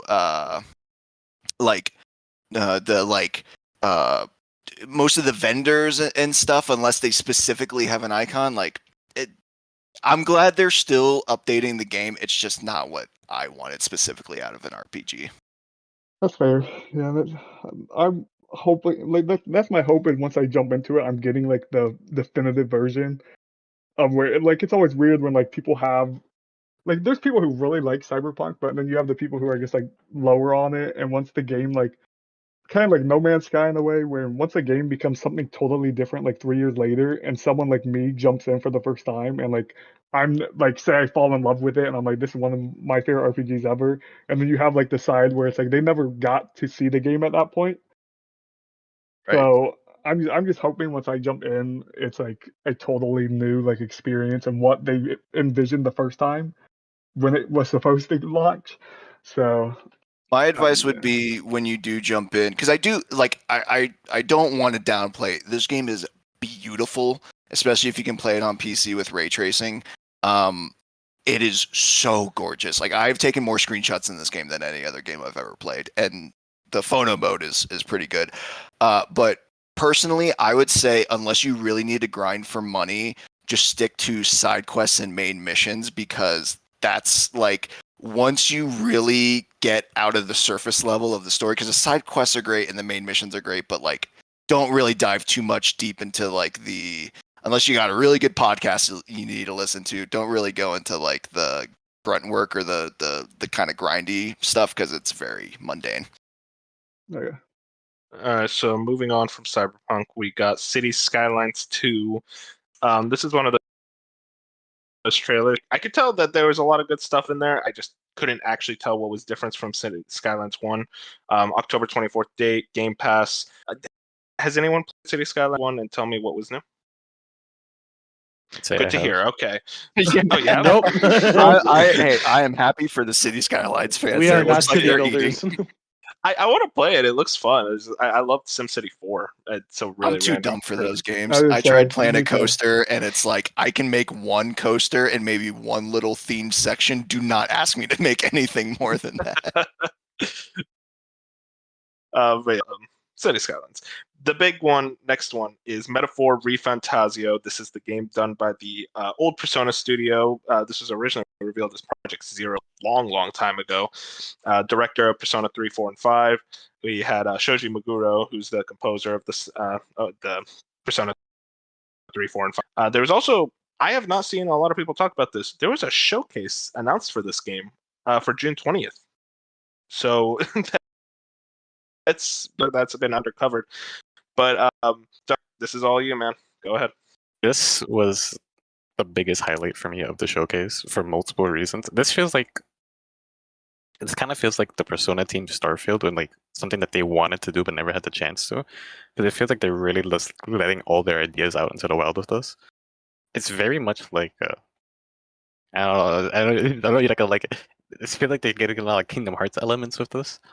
Oh no. With the world comparisons and stuff. Just a lot of the concepts and ideas that they have is really interesting, and given the Persona team, I'm just really excited to see where they go with this. Well, it's interesting to see, like in the trailer, you can already see the Persona DNA in it. Like you have the social links with them, like shaking hands. So obviously you're like making bonds. So you're gonna have like those social link stories. You saw like him reading books and doing other things. So obviously you're gonna be doing that stuff to like raise your stats. So it's just interesting to see like how much Persona is already, and this isn't just this one trailer. Wait, there's a lot more than that too. I did a super analysis of it, like a couple of days after it came out. The different locations in the game all have their own unique weather systems. So it could be like Persona, where different events happen depending on the weather. This seems like they're going all out with this game. I mean, I'm pretty much right there with you. I thought this trailer was phenomenal. It would have been my game of the show, but a certain space game showed up at the end. There is something I want to talk about. Oh yeah, go for it. And there's just like a hot take, sort of. I am very happy with how Xbox is handling their relationship with Sega Atlas Right there with in you. comparison with other companies when it comes to exclusivity and stuff like that. Xbox is showing that they can have these games, they can have these deals, but they are not making it exclusive, which I think is amazing with like people being able to play games and enjoy these games. Unlike Sony and Square Enix, where Sony basically has Square Enix locked down and nobody else besides them and PC months later can play those games. It's just something I think is really nice to see. I just have one question. Go for it. You said this was the dev team doing like Persona that did the other Personas, right? The director. Okay, so like what? I think it's mostly the Persona 6 is gonna happen, I assume. So it's like, is that a different Probably the team working director on the of- next Persona? Okay, Probably so the director of Persona 5 Royal. yeah, so Oh, so is Royal director different than Persona 5? Royal's director is different from after original Persona 5 came out, the director left and started working on this, and so Royal had a different director. So like the new dungeon and everything, like a lot of the new story elements in Royal were done by a new director. And I'd argue that it was just the exact same quality as Persona 5 base game, if better. So I think that's one of those things where like I trust like whatever that team does with Persona 6. Okay, I was just a little confused on who was gonna make the next Persona 6 or whatever. I guess that's pretty much everything on Re Fantazio. Like that, or a metaphor. Not a fan of the name though. Yeah, I was about to say that name is terrible. Just leave it as metaphor. Just leave it as metaphor. Why do you need this Re Fantazio? I feel like. I mean, no, you can finish. I was just gonna say it just feels like it's left over from its original prototype name, which was Re Fantasy. Like its original like working name was Project Re Fantasy. And it just feels like okay, here's how we let the hardcore nerds who have been following us for like 5 years know this is Project Re Fantasy. We're gonna call it Re Fantazio, but here's the real name. It's Metaphor. Yeah, getting into the whole metaphor thing, I feel like they're really gonna be like, this is in your face. You're gonna know that they're talking about metaphors and stuff. Because it seems like the premise of the game is that heaven in this universe is our world.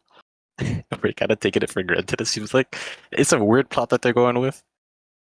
I feel like they're just gonna shove that metaphor title and theme inside your face heavily. It is also kind of jarring. The lot of the character animations looks less Persona, more Fire Emblem. Like there is one guy, I swear it looks like they ripped him right out of Fire Emblem 3 Houses. Yeah, no, it looks a lot more. I do love the fantasy aesthetic. I want to say that like it is genuinely beautiful. I think it's just nice that they're not teenagers, or at least some of the party. It looks like your main character is still a teenager. We did it, baby. The main characters aren't teenagers. They're 19. Next game shown off, we got Towerborne. This is a 2024 day Game Pass. This was originally Project Bell. You guys have been keeping up. It was a pretty cool trailer, nice looking game. Bob, did you have any? Benji, did you have any opinions on this? That's okay. I go back and forth between the two names. Yeah, no, so I've never played. Now that it's escaping me. Is it Banner Saga? Banner Saga, yeah. I've never played those games. I've also never played Castle Crashers. Played a lot of other Xbox 360 arcade games, but I guess I got to go back to that one. But I like the idea. I thought it looked good. It presented well. And this is a second-party relationship, right? Like this isn't Stoic isn't. Yeah, they're not part of. They're not owned Xbox. So that's another great relationship, and I think coming to Game Pass, like getting your friends to play with you. So it reminded me a lot of Shredder's Revenge, where it's like, cool, I don't have to really convince my friends that hard to play it because we have Game Pass, and it's just like, all right, let's try it out. So Yeah. Right. I mean, We're not there's. Go Oh, my ahead. bad. Oh, like we're not gonna talk about how you just said you never played Castle Crashers before. yeah, listen, That I have game a is lot. out there. I have either. So I have a Yo, lot Castle of blind Crashers? spots. Castle Crashers and Battle Block Theater are like those are like must-play games in my opinion. They are so fantastic for what they were. Yeah, I haven't played Battle Block Theater. I also disappointed Dark today. You would They're love no- Battle Block they're no Theater. Like fat Battle Block princess, Theater that's is for up your sure. ass.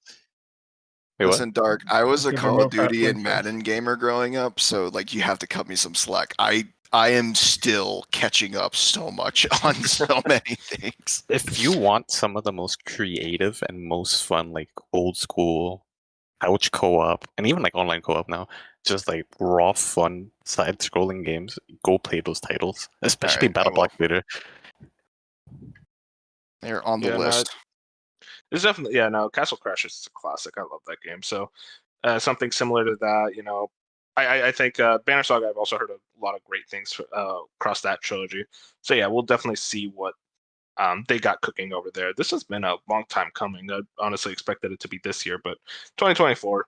I assume probably early 2024. They're kind what's of also waiting. interesting is during the extended showcase, we learned that this is pretty much a live service game. This is a game that they are like wanting. You're going to be constantly get updates from the game for like new characters, new abilities, new bosses, new areas to go to.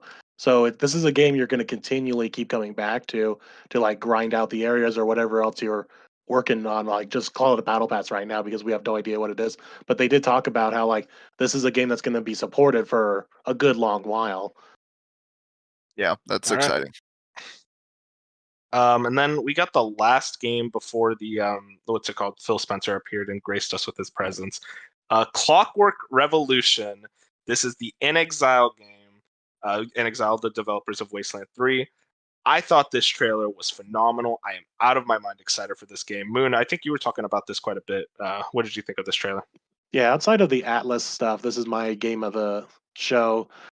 Mainly just because of the Bioshock Infinite aesthetic, which I am a Bioshock Infinite apologist or stan or whatever you want to call me. Like I will defend that game to the ends of the earth. So just giving me that steampunky sort of vibe or like old Americana kind of twist on it. Like I will always be there for those kinds of games. And I can't remember who it was. It was someone on Twitter on the team calling this like an old crunchy RPG. So not only is this a cool steampunk old Americana shooter, but it's also like a full-on RPG as well instead of a straight shooter like BioShock was. So I'm hyped, but of course this also seems like one of those games along the sides of like Fable where this game's not coming out for a long time. Oh yeah, I mean this says in due time. Like this tells me this is 2025. I guess Fusion, you love your RPGs. What did you think of this trailer? Yeah, I thought the trailer was really good actually. I saw some people not liking the vibes for some reason. I don't know.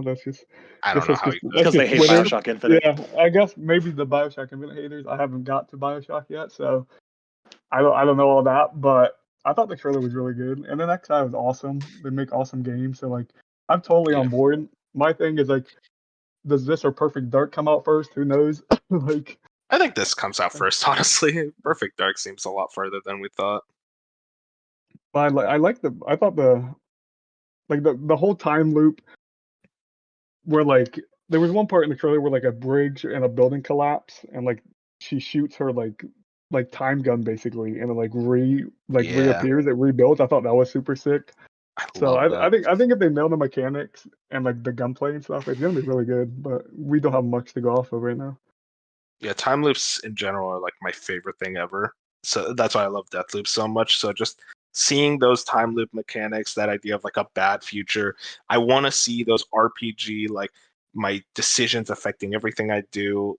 I think In Exile have clearly proven their track record. You see a lot of the devs on Twitter very much excited. Chad Moore, I think he's actually the director of this game. He is very much excited about it. He's been tweeting a lot about this game. Benji, did you have any thoughts on this game? Yeah, I absolutely am am with you guys. I think this looks awesome. I'm glad I'm not the only one who hasn't played BioShock, so I'm not just Hey, constantly same. only disappointing people in Like, hold here on, I'm for gonna what I kick you haven't both played. right now just for a second. No, I'm gonna play. I just got them on Steam, so like hopefully when Yeah, I build my PC, I jump into them. but I will say I want that treadmill red carpet that guy was walking on. That looked super sick. I want one of those. But yeah, my big thing here is one Wasteland 3. That's an XL, right? I'm pretty sure. Yes, yes. Yeah, Wasteland 3. That game is so underrated as an RPG. And I really do think, and it's a completely different style of game. It's more top down, not necessarily. I think it is turn based. Isometric. Yeah, it's like turn-based, like tactical almost. Yeah, Yeah. yeah. But the options and choice in that game are so good, and I don't think that game gets talked about enough. My big thing with this trailer, though, is, and we'll kind of, I guess, talk about it here with the Phil section, is why did they not have Phil come on first? This is exactly what I was about to talk about. Yeah, say the stuff and then be like, here's our one big thing. Like, because you already told people the Starfield Direct's coming. And maybe he says the start, but like, yeah, this should have been the one last thing. Maybe as bad as it sounds, maybe they just don't think like the one next thing and then you show an Exiled logo like is enough. Because I feel especially being like a new IP. Yeah, I would say I don't think Exile, you can really get away with a new IP being like the one last thing. Like when people hear one last thing, they're expecting like Banjo-Kazooie coming back or something like that. Like it's got to be something like mind-blowing or like just like something coming back. It has to be a big deal when you use that phrase like one more thing. In Phil's defense, I feel like, and we'll get into this, with what Starfield is showing, I don't think there is a better title that fits the one last thing than Starfield. Sure. It just felt weird from a pacing perspective. I feel like he just shouldn't have said it and just like went into it. Yeah, the way Phil kind of like let it on was almost like, and then to end it off, it's like, all right, here we go. We got the Starfield Direct. Oh, yeah, the thing we knew already. Cool. All right, awesome. It's kind of the same thing with Spider-Man from a few weeks ago when PlayStation's finisher was Spider-Man, and we're like, Jim Ryan came on. Yeah, Jim Ryan did the same thing. He came on, was like, blah blah blah, let's start, and now we're gonna show you like Spider-Man. It's like your one next thing. So. Yeah, that's what I mean. That's what we all came for. Your one next thing shouldn't be a thing we know that's there. So. Yeah, agreed. So yeah, he did come out on stage, talked a little bit, and then mentioned how we heard your feedback about the Xbox Series S not having enough storage, so buy a new one with a 1 terabyte card. Release date for September 1st, just in time for Starfield. I just found this kind of funny because the way he said it is like, yeah, we know extended storage is definitely an issue, so buy a new one. Yeah, and given the file sizes of like, if you, I mean, spoiler alert, I think Steam already put Starfield at 125 gigs. So it's like if you download that, Halo, and like Forza Horizon, you're out of storage on the Series S. So like, dude, you kind of need a little bit more, but yeah. Plus, the black, people like their color options too. Yeah. But yeah, and then as we alluded to earlier, Phil goes into the Starfield Direct, hands it over to Beth, handle everything from there. So I wanted to go down everything in Starfield one by one, but we are already very over time. We're at an hour 45. Yeah. So we cannot go through everything revealed. So I guess I'll just immediately ask, what did you guys think of Starfield? Like Benji, I know you've been talking a lot about this game. How are you feeling? I'm so excited. To keep it as brief as I can, I think that watch is sick, and all of the accessories they've done so far are sick. And I'm glad that Bethesda is now working with Xbox, so Xbox knows that they go to the right canvas bag distributor, so we don't have another 76 fiasco. So I trust that the actual stuff will be good. But anyways, about the game. Going back to what I said about Cyberpunk being hollow, I think this is exactly what I want in a space exploration video game. I think NASA punk style, NASA Punk, that yep. is Such an amazing aesthetic. Yes, because it very much reminds me of like old school Star Wars, where it's like, okay, yes, the concept of an X-wing itself is unrealistic, but it looks like something you could make, and it's not just smooth lines and neon, and magic, new tech. Function it over looks style. right. And the game, and I know this is going to be actually Moon may relate to this. For whatever reason, the whole just idea of Starfield and the kind of style they're going for reminds me of like 1980s Epcot and like their vision of the future, where like retro futurism.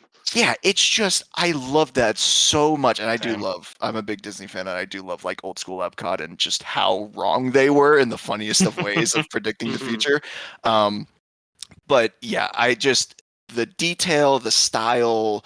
We're still getting an RPG with I have no doubt plenty of story, and branches and factions and everything you come to know about a Bethesda game. But man, I also am excited as a Mass Effect 1 defender.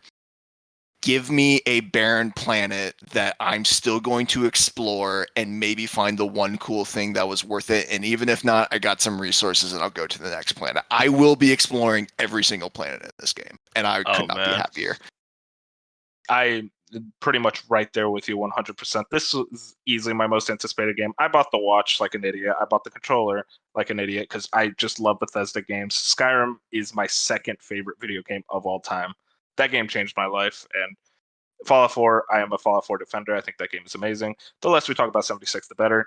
But I truly think looking at this whole presentation sold me in a way that I wasn't sold before, where I was pretty much cautiously optimistic of Starfield. Now I'm just fully optimistic, and I trust Bethesda will hit this. I think, Benji, you were talking very heavily about the RPG mechanics. This was also my biggest disappointment with Cyberpunk. I was so excited for the idea of creating like a role-playing character, like really creating a backstory for my character in Cyberpunk, and it felt like nothing of that mattered.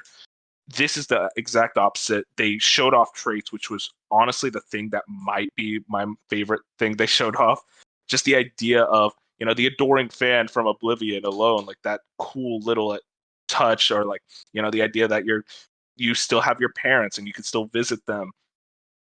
You're wanted, you're a bounty hunter, like stuff like this that allows you to really, go back to that classic D&D style character sheets, putting everything down, like your backstory, all that. I love, like you said, the NASA Punk style is incredible. It's just everything I see about this game just makes me say, how is this possible? And that's the exact things I want to say. Of course, there's, racism around the game. I understand it, but I am fully 100% in. This is my most anticipated game. This is the most excited I've been for a game since Elden Ring. That game delivered. I hope I'm 2 for 2 at this point. Fusion, I know you were actually really excited about this game too. How did you feel about the direct? I can't believe a game that I was already extremely excited for made me like even more excited. Like that entire direct, I was just like, they just kept showing me everything I wanted to see. It was just like, oh, I wish it. Like I was sitting there, I'm like, dude, I hope like I'm able to bring like crewmates into the ship and like assign. Next thing I know, they're showing it on the screen. It's like everything I was thinking of. It's like Bethesda went back and was like, they just said yes to every idea. Like they were just sitting in front of a board and they just were like throwing out ideas. They're like, yes, yeah, and it was just like this game. As someone who loves space RPGs and Mass Effect, especially Mass Effect 1, I just want Starfield. Even if it doesn't, even if we never get a sequel, I want Starfield to create a universe where it's just like, I want to be obsessed with your world and your lore and like the thing that Mass Effect 1 does so well, where they have like it has the best world building in that entire trilogy, in my opinion, because like the way Mass Effect 1 builds the world and like the exploration you do is like I want that from Starfield just on a bigger, grander, like Bethesda scale.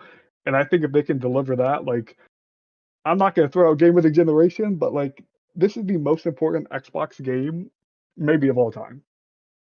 Like this is their this feels like this could be the absolute turning point where it's like you see Starfield, you think Xbox, and people are going out and buying Xboxes and getting PCs for this game. It seems like just a big deal. I haven't been this excited about a game since Cyberpunk, and I was burnt on that one. So let's hopefully not be burnt here. But like, Hey, don't curse this one, okay, Fusion? yeah, Right? let's hope. Because like there's gonna be its issues, but I can't believe this game's real, and I think since that direct, I've thought about it every single day. At Oh some man, point, like I'm just randomly like I can't believe Starfield's coming, and it's just I don't know. It's gonna be great. it just hits you. It's like, damn, that game. I'm gonna be playing it in 3 months. That just doesn't sound real, you know? Well, I probably won't play that long, sadly. So Dark, I can't do the 30 good. FPS. Well, I mean, we'll get into that later. Dark, what did you think of the presentation?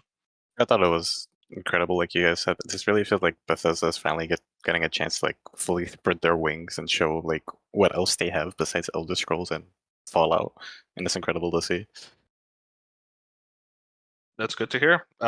One last thing I do want to point out. The Starfield Special Edition controller and headset. Obviously, I got the controller. I didn't get the headset. Benji, did you get the controller? I got the controller, and I have already the default, like the Xbox headset that the Starfield edition is based off of. And I honestly don't even use it anymore. So I skipped on the headset, but I don't know if you know about the features on it, but they are very cool. Oh yeah, no, it's pretty sick. And then a small thing, Premium Edition comes with 5 days early access, as well as the Shattered Space story expansion.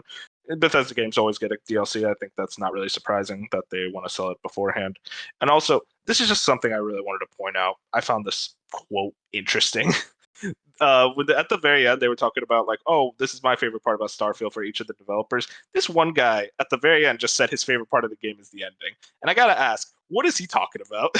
I've been thinking about that phrase the whole time.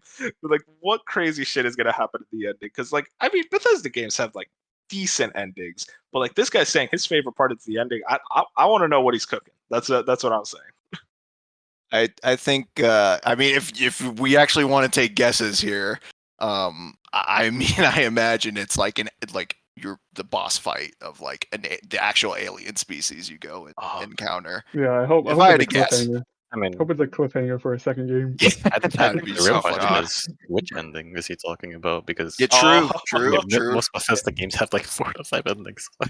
Yeah, well, maybe it's like what's it called, Mass Effect 3, where none of your choices matter, and it's just the you know what? That's That's in the not past. true. That's not Yeah, true. Okay, well, whatever. real quick, I think it's worth pointing out too.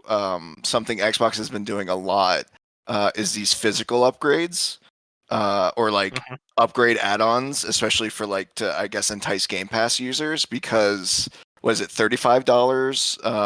The physical upgrade gets you like the Steelbook or a patch, Yeah. and then the same early access in the DLC. That is the smartest thing they have done. I think they started with Forza Horizon 5. I could be wrong, but that was the first time I used it. For the Where it's early access. just like an add-on where you can. Yeah. I already have Game Pass. I did not buy the game. I'm going to play it through Game Pass, but I now have the option to upgrade to the special edition, not the collector's edition, but the special edition. Oh yeah, I know what you're talking about. Yeah. And like and so for Xbox, that's such a smart move because it's like, okay, we already have you for Game Pass, and we're still getting. It's not going to be the full $60, but we're still getting 35 Extra money, you know. Yeah, and I think it worked with Forza Horizon 5. That's the only one I know we got numbers on where the leaderboard, the like almost the hour before the game launched for everybody, I think there were 4 million people playing. So you either had to buy that upgrade or you had to buy the special edition. I think 4 million people pre-launch is pretty impressive for a racing game, let alone what Starfield could potentially do. So Yeah, no, I mean, like we can talk about it all day, but like we clearly we're still on the first news story. I just want to mention that real quick. But yeah, there were some extra details I want to bring up real quick. I'm just gonna bring up both of them at once. First of all, Starfield, you alluded to this earlier, Benji, will run 30 FPS on Xbox Series X and S. Director confirms. In an interview with IGN, Todd Howard. Oh, I should mention this is from Chris Scullion over at VGC.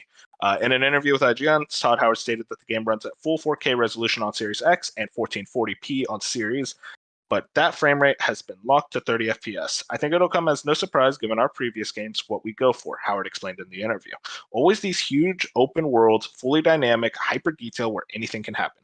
And we don't want to do that. It's 4K on the X, it's 1440 on the S. We do lock it at 30 FPS because we want that fidelity. We want all that stuff. We don't want to sacrifice any of it.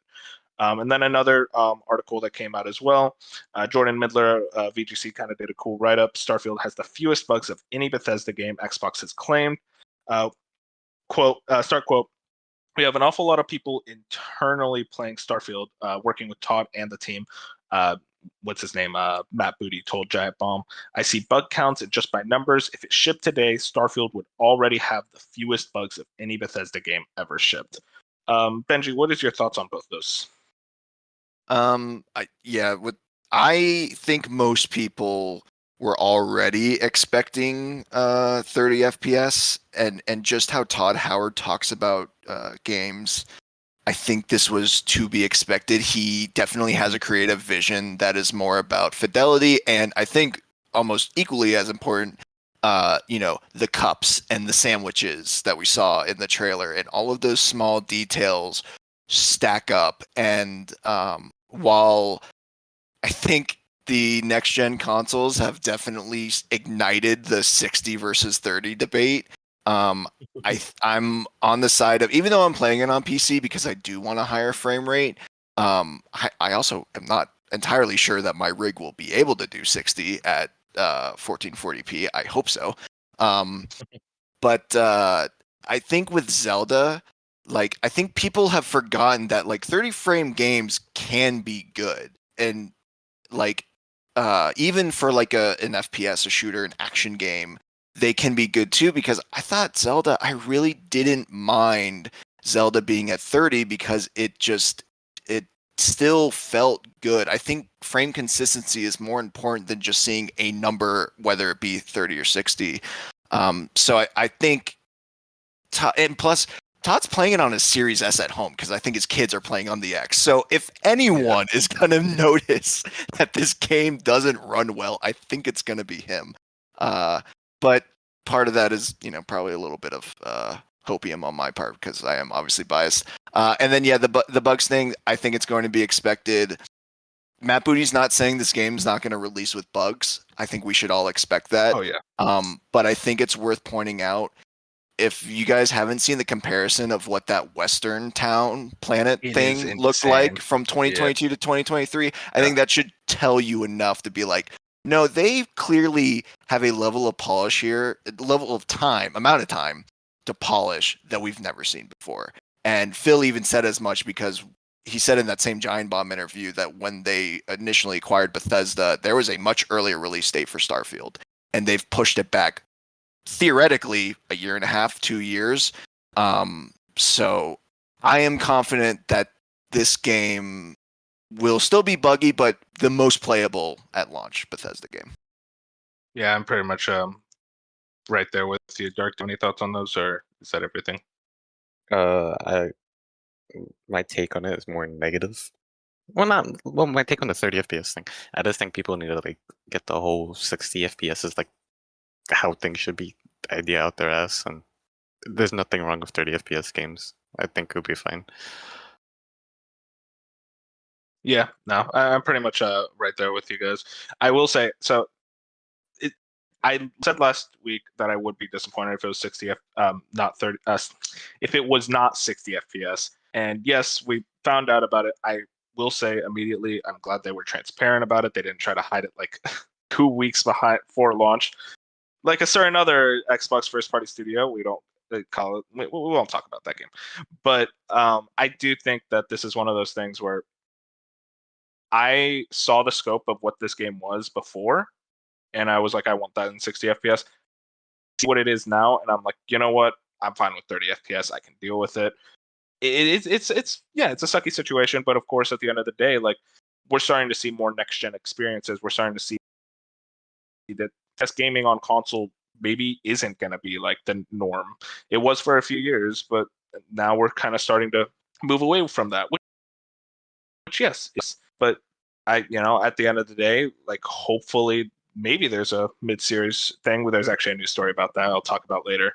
But I guess like just seeing what the scope of this game is, I'm fine with the 30 FPS. I'll live with it. I'm disappointed, but I'll live with it. That's kind of my viewpoint on the situation. Didn't I say that on an earlier podcast about the whole 30 thing? Is just like, it's going to happen and you're all going to have to accept it. Listen, man, all right, we're not taking victory laps here, okay? I am. It's probably just my copium, but I don't think it's gonna happen. I think I understand you're gonna have the Starfield that are just so big that 30 FPS will happen, but like I still think 9 out of 10 video games coming out for the rest of console eternity will hit 60 FPS, even if it's a performance mode or something. I think it will be an option. Starfield has the excuse where it's like the greatest game of all time, like on paper. Like I don't think. No, I think he means I don't at think scale, Starfield, not yeah, at necessarily. scale. Yeah, Yeah. at scale. Okay. Like I We'll think see. there's nothing. I have no like issues with Starfield being 30 FPS because of what it is, and I think the game's going to be fantastic at 30. It's just like I have the. At this point, I'll wait. I'll wait till I build that rig of PC to play in the 60 FPS. I just feel not bad, but I feel like the people who, because in the console space, it's like consoles never saw 60 in these types of like in their single player narrative video games for like years, and then we finally got it, and then people are telling those same people like get used to 30 again. You know what I mean? It's kind of just like we're sitting in a spot where you're We only having tasted a the few, forbidden apple. that's what I mean. And you're only having a few of these games hit the be 30 FPS, but then you have people saying, well, that's going to be the norm. And maybe it is, but I just don't believe it will be the norm. I think it's just like, if you're a game, like Redfall had zero excuse to be 30 FPS. I don't care. You can say what you want, but like, Hey, we said we weren't going to talk about him, all the right? fact that 60 FPS is coming, it was in at some point they were gonna make it work. Starfield, I think at no point was ever gonna be 60 FPS. I think Todd Howard knew. I think there's interviews from years ago where he was talking about how he prefers 30 FPS and high fidelity. Like, Yep. So I was going into it probably thinking it was 30. I just was like holding out that it would be 60, especially after like the Redfall thing, which obviously that would be a crazy turnaround if they weren't planning on 60 and then after Redfall we're like we need this in the game. So it's not like a huge deal. I just like I get every other game this year, big titles are gonna be 60 FPS. Like I see people talking about like don't be surprised if Alan Wake 2 is locked 30. I mean, quote me, and if I'm wrong, I don't know what I'll do, but I just don't believe 90% of these big budget console games are going to be locked 30 FPS. I think you'll have your few like Starfield because they're just so big in scope that it has to be, but I would not say get used to 30 FPS. Real quick, I just want to, since you said that, I will make my one prediction for the future, and you guys, I won't be able to defend myself, so you guys can roast me whenever the news comes out, and I'll listen to it.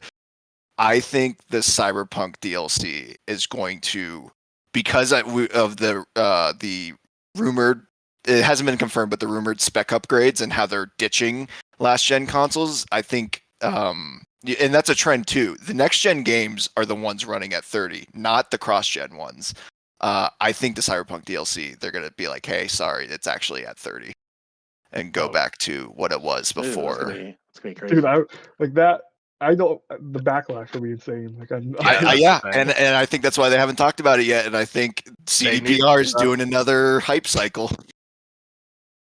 So, got a favorite company. Darky, you were about to say something? Oh yeah, Fusion mentioned Redfall and how like it should have been 60. It's a miracle that Redfall even runs at all.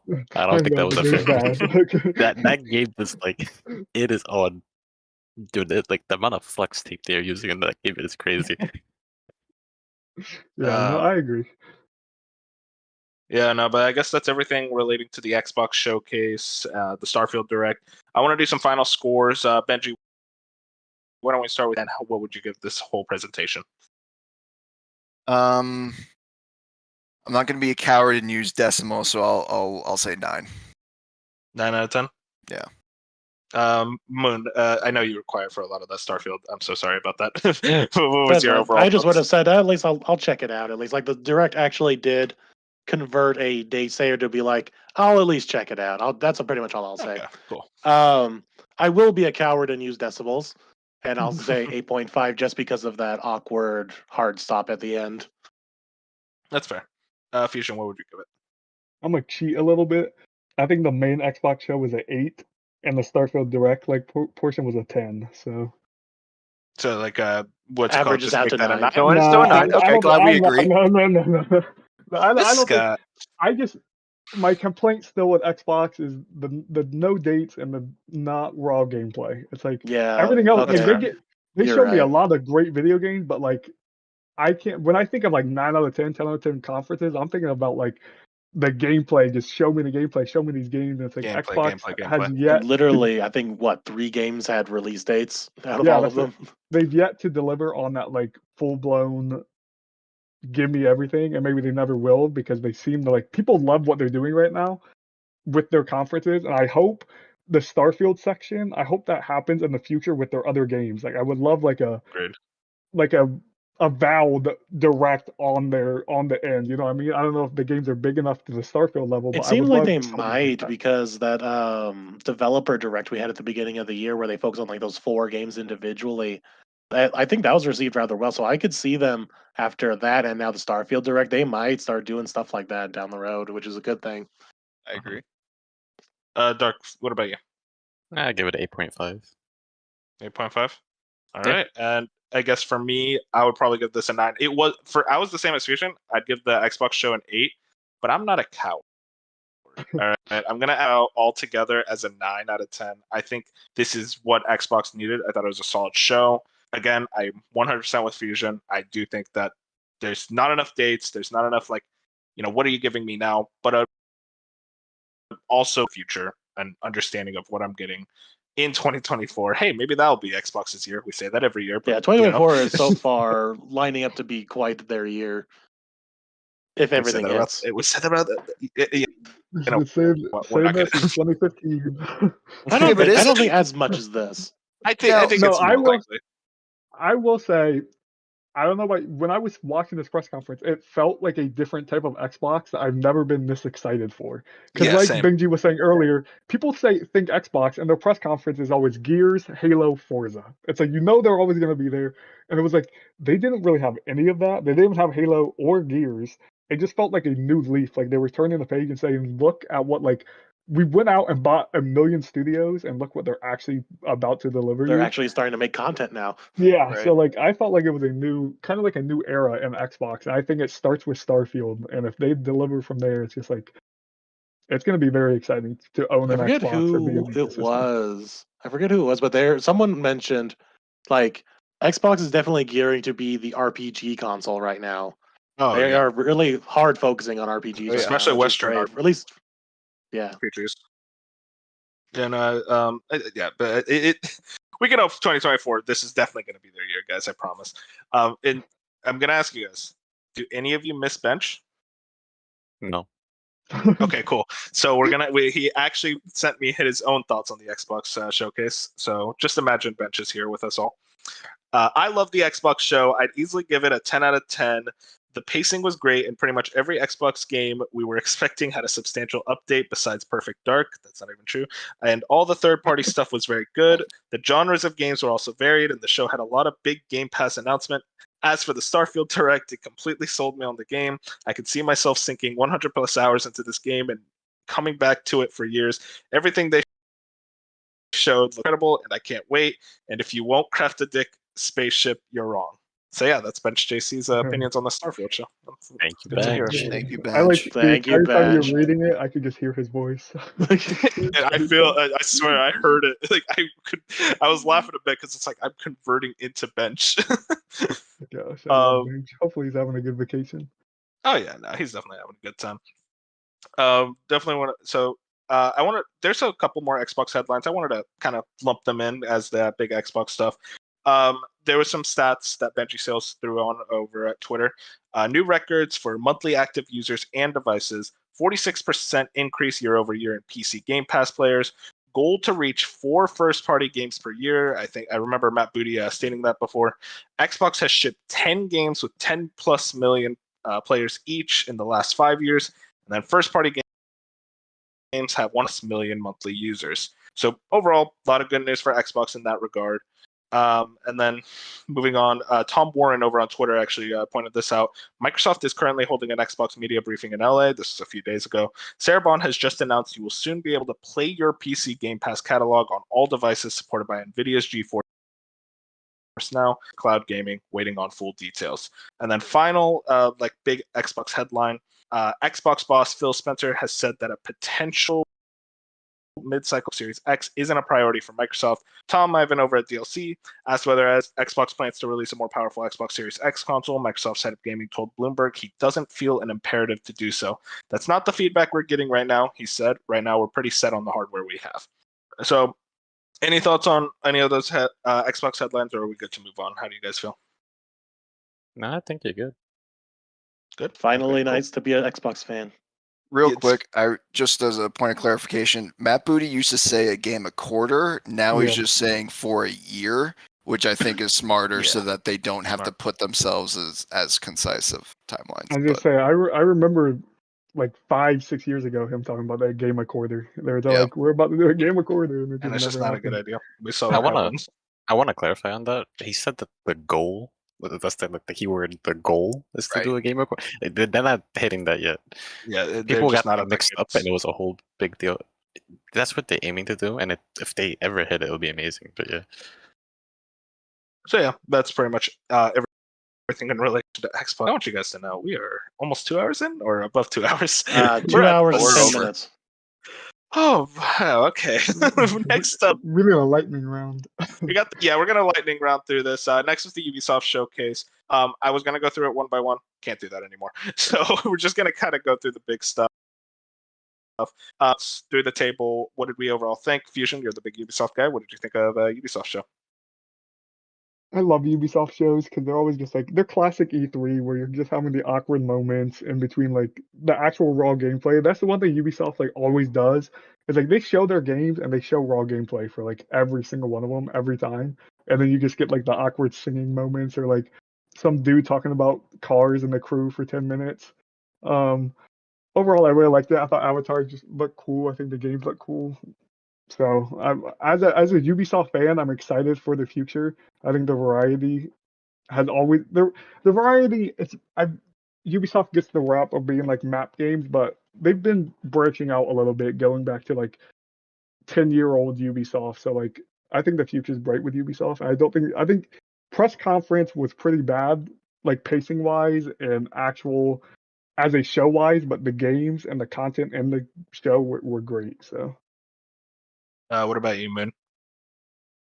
I actually didn't watch the show, and I'm just reading your wrap up right now. Really, the only thing I paid attention to was the Star Wars Outlaws gameplay.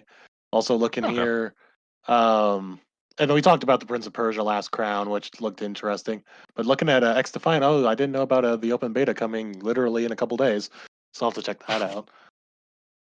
And Avatar looked interesting. It's we still don't know for sure if it's fully just Far Cry with an Avatar skin. So we'll have to see how much that rings true. What's it called? Dark. Just tell me right now if you watched it live. No, I didn't watch it live. I was burnt out. I get you, yeah. And then Benji, did you watch it live? No, I'm kind of at the point where unless you like, I didn't even watch Summer Games Fest live. Unless it's Xbox, PlayStation, or Nintendo, I've gotten burned so many times. It's like I'll watch the recap later. Ubisoft haters. Man, you guys. I'm not. Listen, I'm a Ubisoft hater, but I will always watch any press conference. All right. I was doing this thing called working. Yeah, same. Like I have a job. I was supposed to be working. See, you guys gotta work nights like me. I guess just to run through like the cool big stuff. Our Frontiers of Pandora, we got a date for that, December 7th. I actually thought it looked really good. Fusion, what did you think? I thought it looked really good too. I think the engine, I'm pretty sure they're on Snowdrop, looks a little dated, but it was also just the compression of that Ubisoft stream was like terrible. So like I rewatched like some 4K like raw gameplay and I thought it looked way better. But I think even if it is just Far Cry with Avatar skin, I'm completely down with it because that's my favorite Ubisoft franchise. But I think people were actually impressed by what they saw. Yeah, no, Far Cry is like my second favorite, right behind Rayman. God Yeah, it bless definitely his soul. seems like people actually came out of that a little bit more positive on Avatar, which I haven't seen the Oh, raw yeah. gameplay yet. I only saw that semi overview trailer with the narrator, so I need to watch that straight gameplay. Oh yeah, it looks great. Yeah, it looks like a fun title. What's it called? The Fusion pointed out something really interesting. The way they were presenting these games really pissed me off because there was a lot of times where they would be showing the gameplay and then they would zoom out and show like the Yeah. developer talking over it. It's like, what? Go back to the game. I want to see the game. So that was a respect of the press conference in general. One thing I want to point out for Skull and Bones, they didn't even show this game. They announced it closed. They announced the closed base 25th to 28th, and then just did a sea shanty live on stage. Yeah. So I was saying they did a sea shanty to like distract you for the fact that this was like delayed again. They're like, maybe if we just bring some live music, they won't like be mad at us. God knows this game is never coming out. I hope It's it a never closed does. beta too. A closed beta at this point. Like this is the 7th closed beta. We're still not to the open beta stage. Then we saw some AC Mirage gameplay, going over the big stuff. So what do you think of that Mirage gameplay? Fusion? I think it looks awesome. As someone who like missed out on the original Assassin's Creed because like I was too young and also just didn't like single player games, kind of like Benji. I was a Call of Duty and like sports gamer. Oh, But God. I've played the recent 3 Assassin's Creeds and I like them a lot. I just wish they were scaled down and more like actually stealth. So like I was pretty impressed by this gameplay. I think it's gonna look gorgeous because all of Ubisoft like games look gorgeous. I just hope like the gameplay is like I hope the gameplay loop's good enough to like keep me invested for. Hopefully it's short. I'm hoping it's not some bloated. Just give me like a 15-hour experience. Yeah, I guess just a small thing. I thought the game looked good, but it's not really my thing. I will mention I love how they were talking in Arabic. I hope there's a full Arabic dub for this game. You know, as an Arab, I would love that just to get some representation in that regard. I think that would be really cool. But the big thing that would close off the show is the Star Wars Outlaws gameplay. I'll be honest, I am like of two minds when it comes to this game. I think that what they showed graphically was stunning. I think the space combat looked great.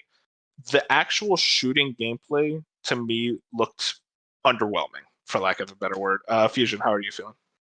I'm basically in the same vein. I thought the shooting was the worst part of like everything they showed. But after, like I said, this game, there was something about it where I was just like, the first time I watched it, I was like, okay, this is like, I'm interested. And I kept watching it. Like, I think I rewatched the gameplay trailer, like the 10-minute section, like 3 or 4 times now at like 4K. And it was just like, the more they're getting so like Red Dead Redemption 2 with like some of the abilities and like being wanted and being like this bounty hunter where it's like, I don't know, they could like, shooting aside, they would have to tweak some stuff in the combat, which I think they will. I think this game could be something like very good, and it's probably just me hoping, but like I thought everything they showed, like there was nothing where I was like, oh, this looked bad. Like I don't think a single part of that gameplay trailer I was like, this. Even the shooting was like, this looks passable. Like it's not the worst thing I've seen. Mm-hmm. That's good to hear. Benji, did you watch the gameplay? Yeah. I mean, I still caught the trailers for the big stuff, and yeah, this is really interesting because this is what the Division devs, right? Yeah. So the Yeah, fact massive. that the shooting is the worst part is kind of crazy. But I really like that this didn't. Like my biggest thing with Ubisoft lately is just it's so formulaic what they've been doing, and this is trying to kind of stray away from that a bit, and I think get a little more interesting and unique and put their own flair on things. And I was pretty impressed with it. I definitely will check this out. My thing is as a big vehicle guy, like how good is that bike to control or the spaceship? Because that's for me, it's like it. I know everyone's skeptical on the shooting, but it's like the Division. As far as I know, I've never played it, but like there's no vehicles in that game to my knowledge. There's not. Yeah, so I'm curious to see how that all plays. That's actually where I'm the most skeptical about. But overall, yeah, I thought it looked good. I think that's a good point where you bring up, because a lot of people saw the Division studio making this game, so they were like Ubisoft does with everything else. They're like, oh, this is just going to be a Star Wars Division game. Right. So it is kind of awesome that like, no, they're going completely, totally like fully narrative, like no multiple, like they're going full in on like this bounty hunter unique story with the help of Lucasfilm. So like, I guess that's a good point. I never thought about it that way, because everyone just expected like a Division, but in Star Wars. Right. Moon, did you watch the gameplay? Yeah, I watched the gameplay. That was the first thing I watched, and I wasn't bothered by the gunplay like everyone else seems to be. I don't know. I've always had this weird thought with Star Wars blasters, and they've always looked weird and acted weird to me. Like even the Star Wars blasters that we get in Fortnite whenever they do a Star Wars event, always controlled weird to me, and I always have to handle them differently than I do regular guns. So maybe I'm just used to it in some kind of weird way. I don't know. So I wasn't really bothered too much by it, but upon rewatching it, I did notice it seems a little slower than it could be. So maybe they can tighten that up a little bit. But it is definitely, I guess I would consider it the weakest part of like this whole stealth and getting caught and getting into like a shootout. Definitely seemed like the weakest part of this whole 10-minute gameplay loop. But everything else, yeah, really looked interesting. My first That's interest good in to a hear. Star Wars game for a while. Like I don't know, I never got into Jedi Survivor and Fallen Order and all that. Yeah, Yeah. one last thing is, Oh, go ahead. this is like, people always give Ubisoft crap, but this is their press conferences, and they're so good. EA was also really good at it when they would do their shows, at announcing a game, showing you 10 minutes of gameplay, and giving you at least a year. Like Ubisoft and EA, they're so good at like the quality of their games, whatever. But like, this is what I wanted from the Xbox show, where like something Yeah. like this, where you give me 10 minutes straight of one of your big IPs, and you're just like, look at what we have, show it off. And like, I miss when games like this is the first time I can think of in a while where like a brand new IP gets released, and the first thing you see, well, we saw like trailer in the Xbox show, but like the within the same day you get like a full gameplay of a brand new IP. Like they just show you it. They're like, we're not going to show you this game until we're at this point where like we can give you all this gameplay and at least a year. So like, I think Ubisoft should get some props for like everything they showed had hard dates and gameplay, every single thing.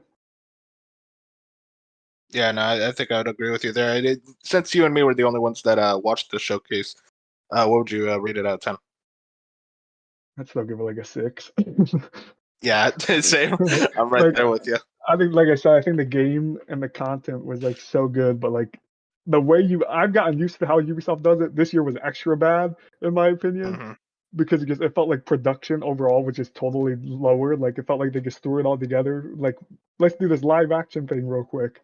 But like the way they showed the games, I thought was really bad. But the actual games were awesome, so I'll give it like a 6 out of 10.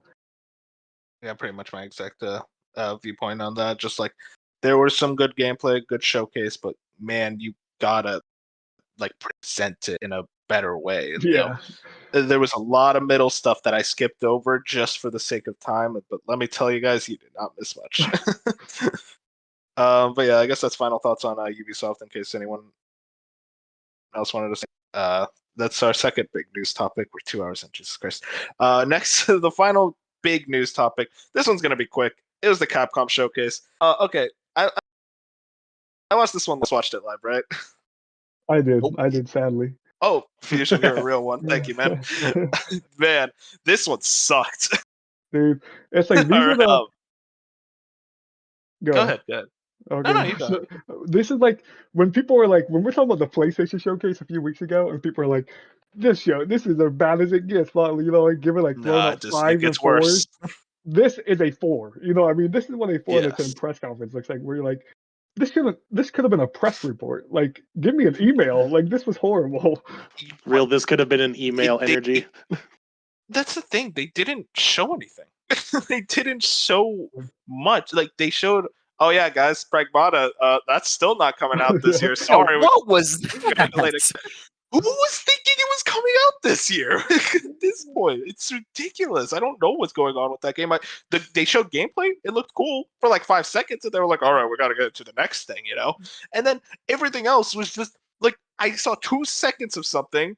that I've already seen before, and they're like, all right, we're moving on. You don't want to see any more of this. It's like, what are you talking about? This is a prep conference. You need to show games that you're releasing. Not even Street Fighter 6. I was expecting like a DLC fighter, something in that regard. Nothing at all. It's just I didn't come into this with expectations because Capcom showcases. People always get excited for these guys. The Capcom showcases are never good. They do this all the time. But this one, my God, there was one bright spot. All right, all my Ace Attorney fans, raise their hands. This is me. Apollo Justice trilogy. We're finally getting it. We're getting Apollo Justice, Ace Attorney Dual Destinies, and what's it called? Spirit of Justice. Finally being re-released. Ace Attorney 4, 5, 6. These games that I feel like have been like stuck forever on their consoles. Like Dual Destinies and Spirit of Justice were 3DS like eShop games too, so those games technically. I think they're on mobile, but no one wants to do that. I love Ace Attorney, one of my all-time favorite franchises. I have not finished Dual Destiny, so I got like halfway through it. I am really excited to go through these games again. I love Apollo Justice. The weird thing, they're calling it Apollo Justice Trilogy. He's barely even prominent in these games, so he's really only prominent in one of them.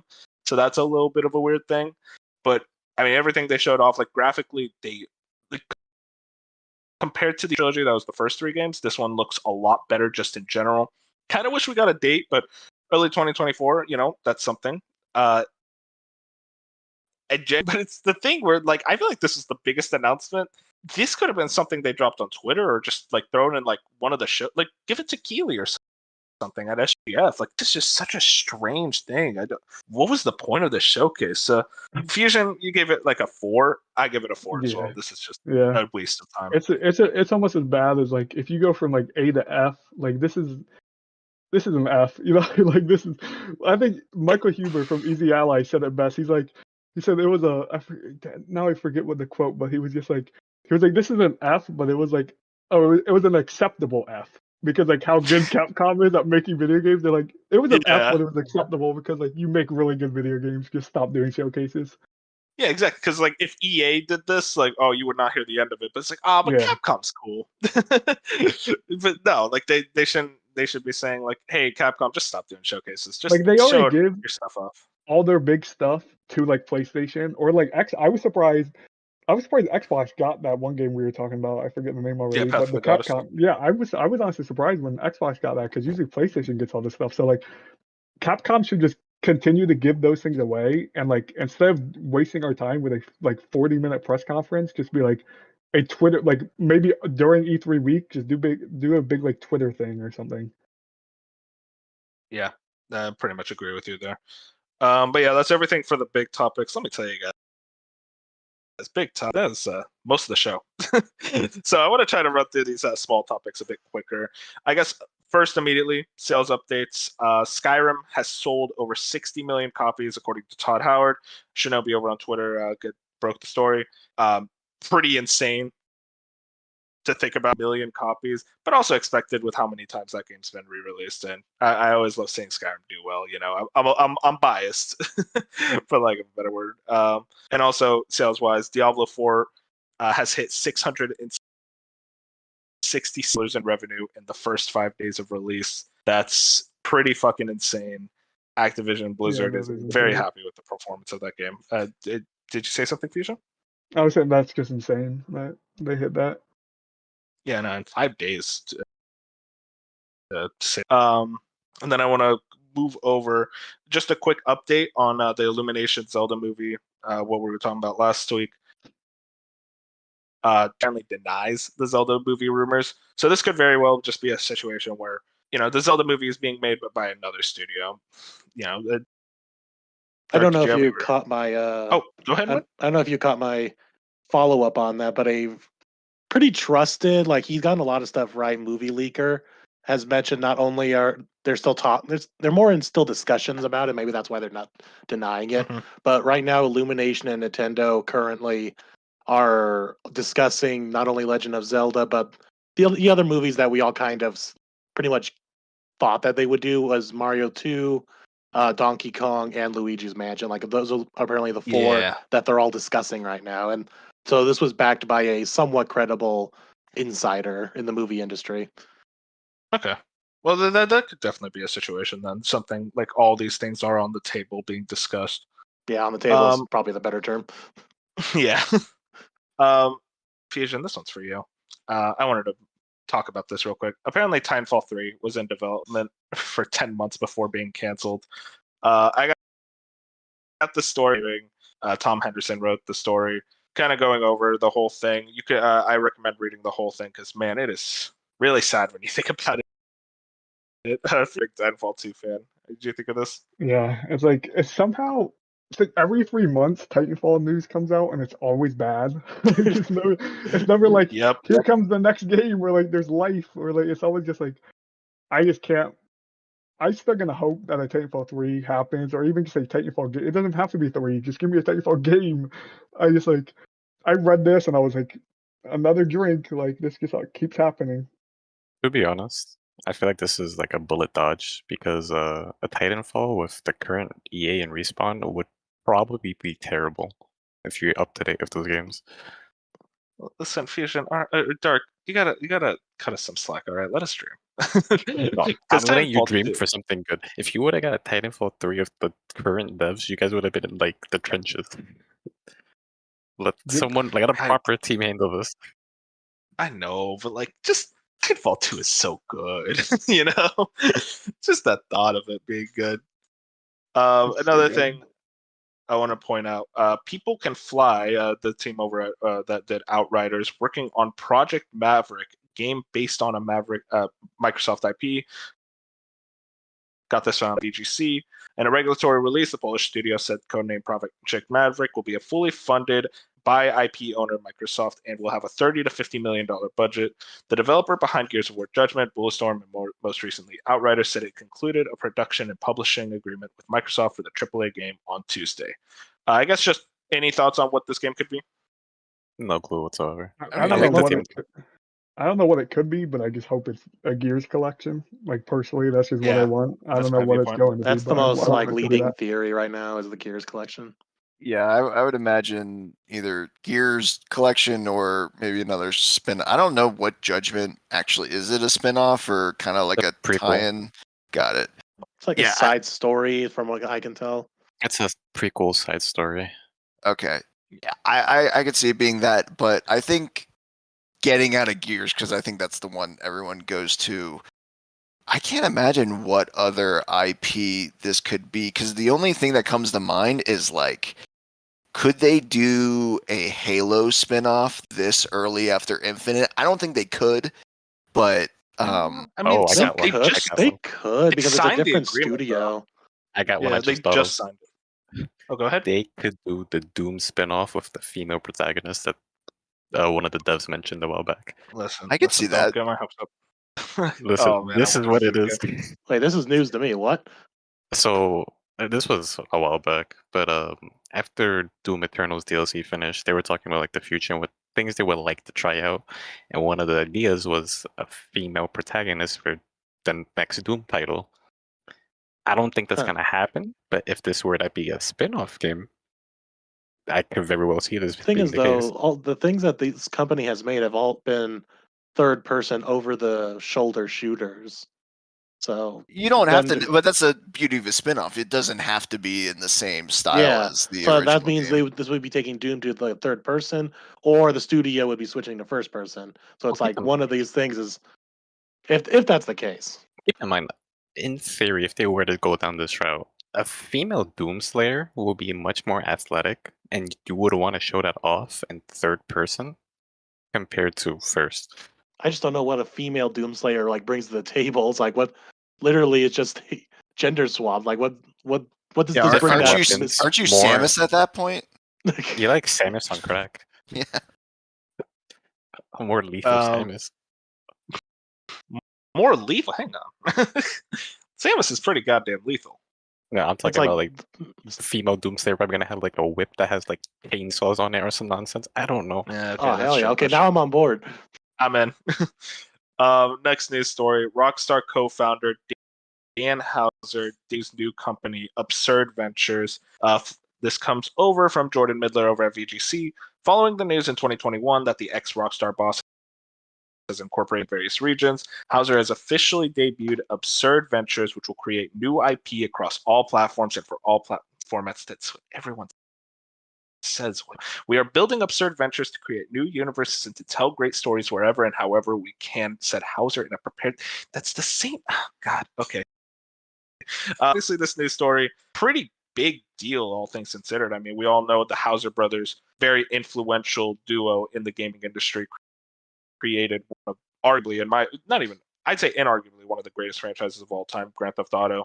And, that news of Dan Hauser leaving Rockstar was such a crazy announcement. And, seeing that he is starting this new studio, just add to this list of visionaries from other companies, starting a new company, trying something new. I mean, I guess Fusion, what are your thoughts on this?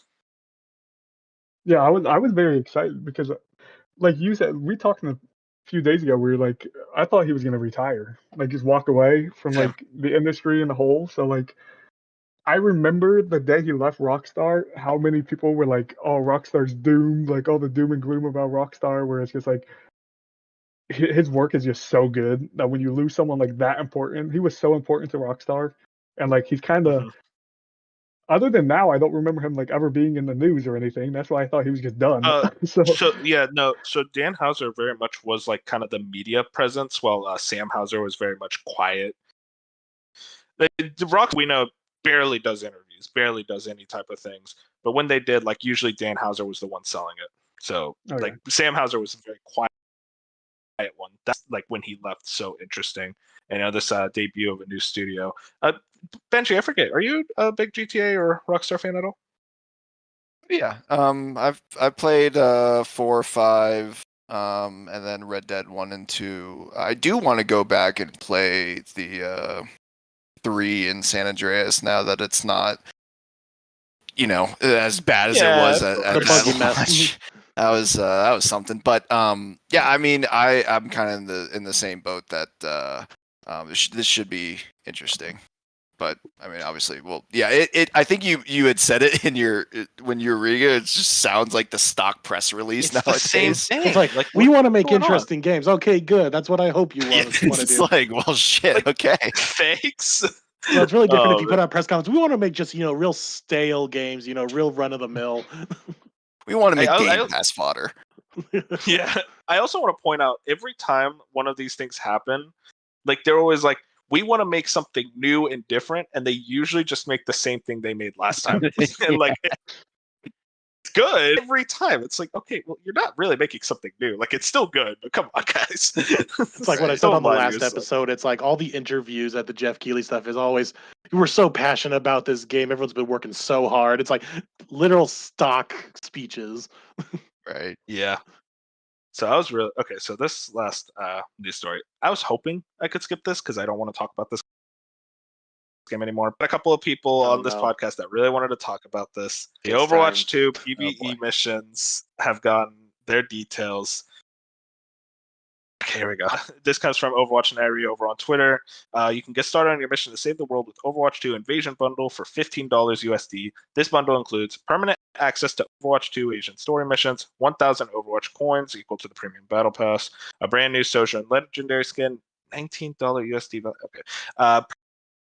Permanent access to playable hero for new players unlocked upon completing story mission challenges. You can also upgrade to the Ultimate Invasion Bundle for $40 US. You have access to all of the above, as well as the Null Sector Premium Battle Pass with 20 Battle Pass skips, an additional 1,000 Overwatch coins, and then 2 additional legendary skins for Cassidy and Kiriko.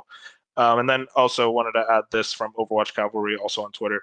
Story missions will not feature a single-player mode for invasions. Always consist of other human players, and there's this one's actually, I need to update this.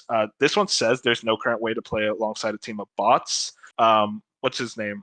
The producer. No, the producer. New something. I forget his name.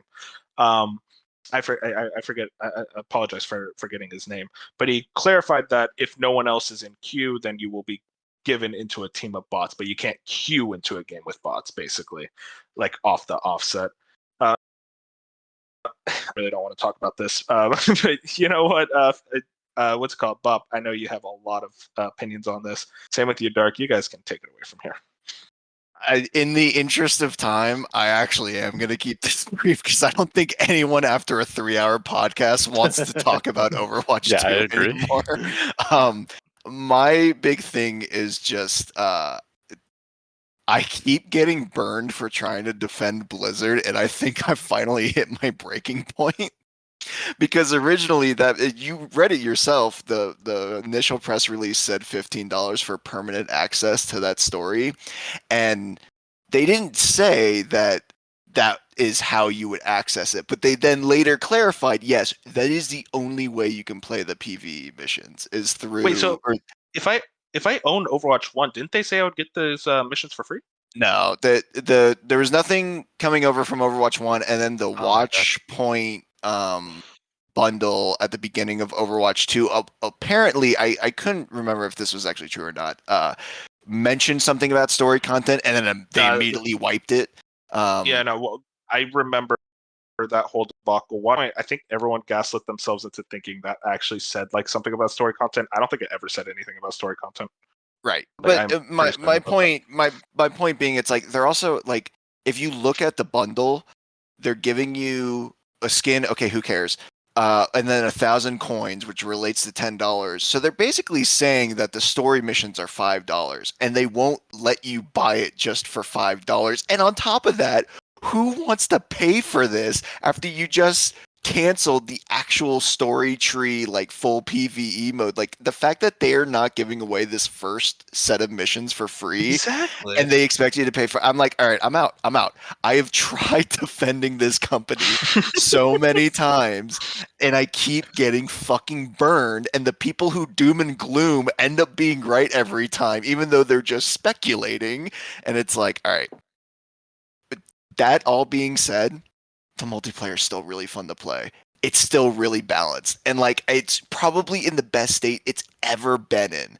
But I'm done buying battle passes. I'm done giving this company money. I'm just gonna honestly, I re-downloaded Halo Infinite. I'm excited for season 4. I know we didn't talk about it, but that season 4 stuff looks interesting.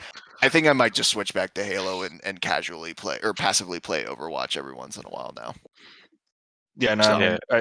I do also want to point out real quick, I read about the Game Informer article. They said that it was about like 20 to 30 minutes per mission. So take with that information what you will. Yeah, okay. That's so frustrating. I will say one last thing. The new game mode seems to be like a 5 CP, almost from like Battlefield. Oh god. Which I don't think it's going to be that big, but it's going to be more condensed. But it's like 5 CP control. So that, I mean, the fact that we're getting a new game mode, we never got that in Overwatch 1. So I don't know. It's so hard. It's so hard to be positive about this stupid fucking company. So the only positive thing is if you're a Game Pass member, it looks like you're getting like the last 4 heroes. Yeah, basically everyone since the launch of Overwatch 2, you're getting skins and stuff because they locked it behind, the Battle Pass and now paywalls, which is another thing. It's crazy that you can't go back. I thought for some reason you were going to be able to go back to previous Battle Passes and like unlock those heroes. Nah, only Halo's that cool. Yeah, so I'm just this is actually, I was ready to, before the clarifications came out later in the week, I was ready to defend them again, and I got burned again, and I'm just out. Man. It's Darky. I'm sorry, I cut you off earlier. What were you saying? For the sake of time, to just like Blizzard's a joke. They're part of the holy trio of bad decisions, being Square Enix, Blizzard, and Twitch. And like I said last time, the porn community continues to do more for Overwatch than the devs themselves. And yeah, that's it. Man, I was really ready to like kind of get like a cool debate going, but like I'm glad we can all agree that Blizzard's it's a good situation here. And you look at Diablo 4 and you're like, wow, what a good game. It just like so pain, man. It's pain.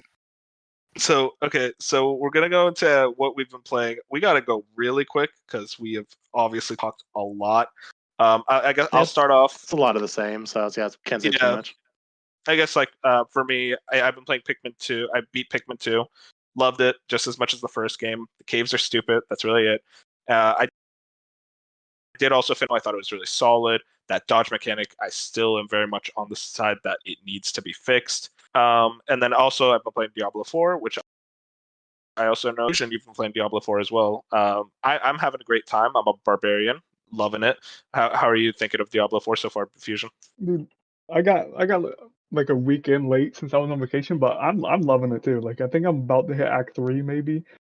I heard the meta is just like mainline the story so you at least get a mount because I think I just hit level 20 and I made a rogue and like I just unlocked poison and stuff, so like I'm still learning my build. I have no idea what the meta is because I haven't looked anything up. I like to just go in there and like Me make my neither. own thing, and if it sucks then I can like respec if I need to, but like I think the gameplay's been awesome. Like I'm surprised I'm pretty invested into the story. The cinematics are great. So I'm having a great time with Diablo. I knew it was gonna like I played in all the stress tests in the beta, so like I had a feeling it was gonna be good, and it's just like it's came out and like unless the microtransactions in a couple months just start to ruin the game like a lot of other Blizzard stuff, I think this game's gonna be around for a while. Yeah, real quick. I mean, like the story cutscenes. I'm glad you're enjoying it because I'll be honest. Like I know it's good. I know it's high quality. But when I play Diablo, I got the podcast on. I don't care about story. I just want to kill That's demons. fair. And it's like I know what's there is good. There's some times where I'll catch myself like scrolling through Twitter like in the middle of a cinematic because so like they're made really well, but some of the stories just so like not edgy, but it's just like Lilith killing more people. You know what I mean? Like that's just like every other cutscene, just Lilith doing something where she's like destroying a whole city or something. Like so guys, it's so I think cool, Lilith but might be bad. yeah, it's like it's shallow, but I still think it's very good. No one that hot is that bad. Exactly. 100%. Dark, you've been playing SF6 and Persona 3. What have you been thinking of those two? Street Fighter 6 continues to be good. Although they announced and released their first like battle pass. It sucks. There's no other way to put that. It's just like the showcase. It sucked. And going through Persona 3, it's good. It's good story wise, but it is rough around the edges. That's good to hear. What's it called? I was about to say bench. He's woohoo. Moon, you've been playing Persona 4 Dancing. Go for it. I just missed my friends and I already had it downloaded, so I just said, why not? What's actually pretty interesting is I did play Persona 5 Dancing, which is like the epitome of let's just make a rhythm game spin-off because Persona 5 is popular.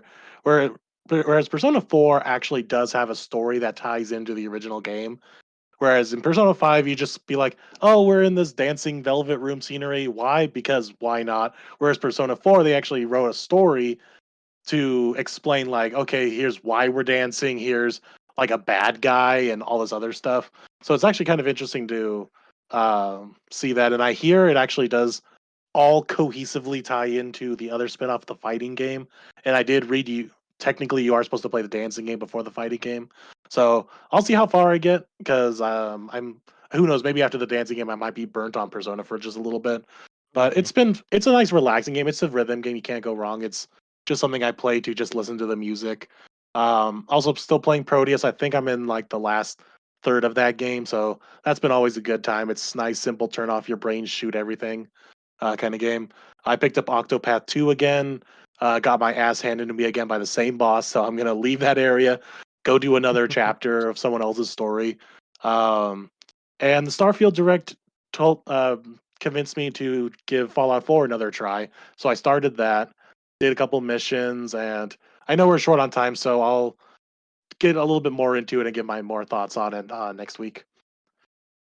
And then Benji, you got a lot here, so please just run through it. Yeah. Or take your time. It's fine. Do what you want. Yeah. I just kind of, because, obviously I'm kind of guesting, so I won't be up every week. But Tears of the Kingdom. So these are kind of everything I've been playing the last kind of like 2-ish weeks. I finished up Tears of the Kingdom. I did I'd say I beat about 50% of the entire game. It just got to the point where I was like, I will come back to this at some point. I got other things to play, and I don't want to burn myself out. I thought the ending of that game, the whole final sequence, was just awesome. Just everything about the last like 2 hours of that game was incredible. And then that kind of another kind of guilty, like never played these games was Zelda. I've only played Breath of the Wild and Tears of the Kingdom, so I went back and started chronologically and did Link to the Past. Beat that. I thought it was excellent. Still holds up to the most part. My only complaint is that it's a game from the 90s where like they expect you to have a lot of time to just figure things out, like where to go and how to get stuff, and it's like I don't have time for that. I'm looking Ain't up nobody a got guide. time for that. Like I'm not looking up guides in the dungeons. That's defeats the whole purpose of the game. But like finding the flippers in the northeast corner of the map, yeah, I was never gonna figure that out on my own. So, if I did, I'd be spending way too much time with this game that I have. So, but really good, and I'm excited to get to the 3D ones. Liza P demo I thought was excellent. I'm a very casual Souls fan. I've beaten Dark Souls 3, Elden Ring, and Sekiro, but I'm not like a hardcore fan about it. And so I really liked Liza P. I thought it was great. I loved the world, and I thought it played really well. And to Ben's point about the dodge, apparently, from what I've read online, they give you the fat roll, the Dark Souls equivalent of a fat roll as a dodge, and if you upgrade it, and you can actually upgrade it in the demo if you play long enough, it's actually really good. And it also works kind of more like Blood. And again, I haven't played Bloodborne, so I'm taking people's words for it. But let's be careful here, buddy. That's my game. No. But it plays like the dodge in Bloodborne apparently plays differently than rolls in Dark Souls, where you're supposed to kind of dodge into the attacks instead of kind of away or around them. And I didn't realize that, and I had a hard time with that, but I just ended up pairing anyways. So I think that both of those things aren't well explained, and I think they should do a better job at telling you that. But overall, I really liked it. And then another demo, Final Fantasy 16. I won't go too much into it for people who might be waiting for the real game. Really good. I think it kind of sold me on it more than I thought it would. And I think they got something really, really good there. So excited for that. And then, like I talked about, been playing Cyberpunk. I'm probably just at this point, like I recommended, I think the Dark or Fusion. I forget. It's been a long show. I'm just gonna mainline it and do the side quests and kind of call it. I don't think I'll get the DLC unless it gets really, really rave reviews. I think I like looking at the game. I don't love playing it as much. But the stories and the characters and the side quests and the main content are really just sucks. I couldn't spend more time with it. So. Yeah, but that's everything we've been. Real quick, I just need to ask you. I'm getting conflicting reports about this, Benji. FF16. Would you say it's actually? Have you played Devil May Cry? No. Okay, but I understand. Like I understand the difference between an action combat game and a hack and slash game. This is not a button mashing hack and slash game. Like you do have to think about your button inputs. And if you just mash it, you will miss. Like I think specifically, like the base like fire move you do at the end of a sword combo, you can miss that if you're not timing it correctly, and it does more damage if you time it correctly. I could be wrong on that, but that is kind of how I interpreted it.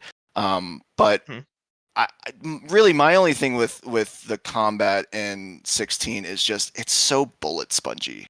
Mm-hmm. I feel like really like how many times do you want me to stagger this guy and do the same combo? Like I almost want to play it on story mode just so I don't have to do that fight as long because I think they get boss fights. Oh no, I played on story mode, and like the bigger bosses, you still had to stagger them like at least 3 times. Oh my god! Okay, cool. So yeah, like the bigger bosses, I think I staggered him like 3 times before he went down. All right. Well, yeah, and that's. I mean, it's a small gripe, but yeah, I still really am really high on the game, and I think the story is going to be excellent. That's good to hear. I know Bench is very excited about that game. He's not here again. Let's be excited about it. I'm kidding, but yeah, no, I guess that's everything we've been playing. Moon, I'm gonna hand it over to you to end it off. All right, we're gonna end this nice and quick because we're all gonna go fly into bed. Okay. So hope you guys enjoyed. Make sure to like, comment, subscribe, all that other good stuff. Follow on Spotify, share it around on Twitter and any other social media platforms that may still be existing out there. So we will see you guys next Friday, or Saturday is when the episodes actually go up. We'll see you guys next week on a hopefully more normal episode where not pushing 3 hours. At least we hope so. All right, we'll see you guys later. Bye. Have a good one. See you later, boys. Oi.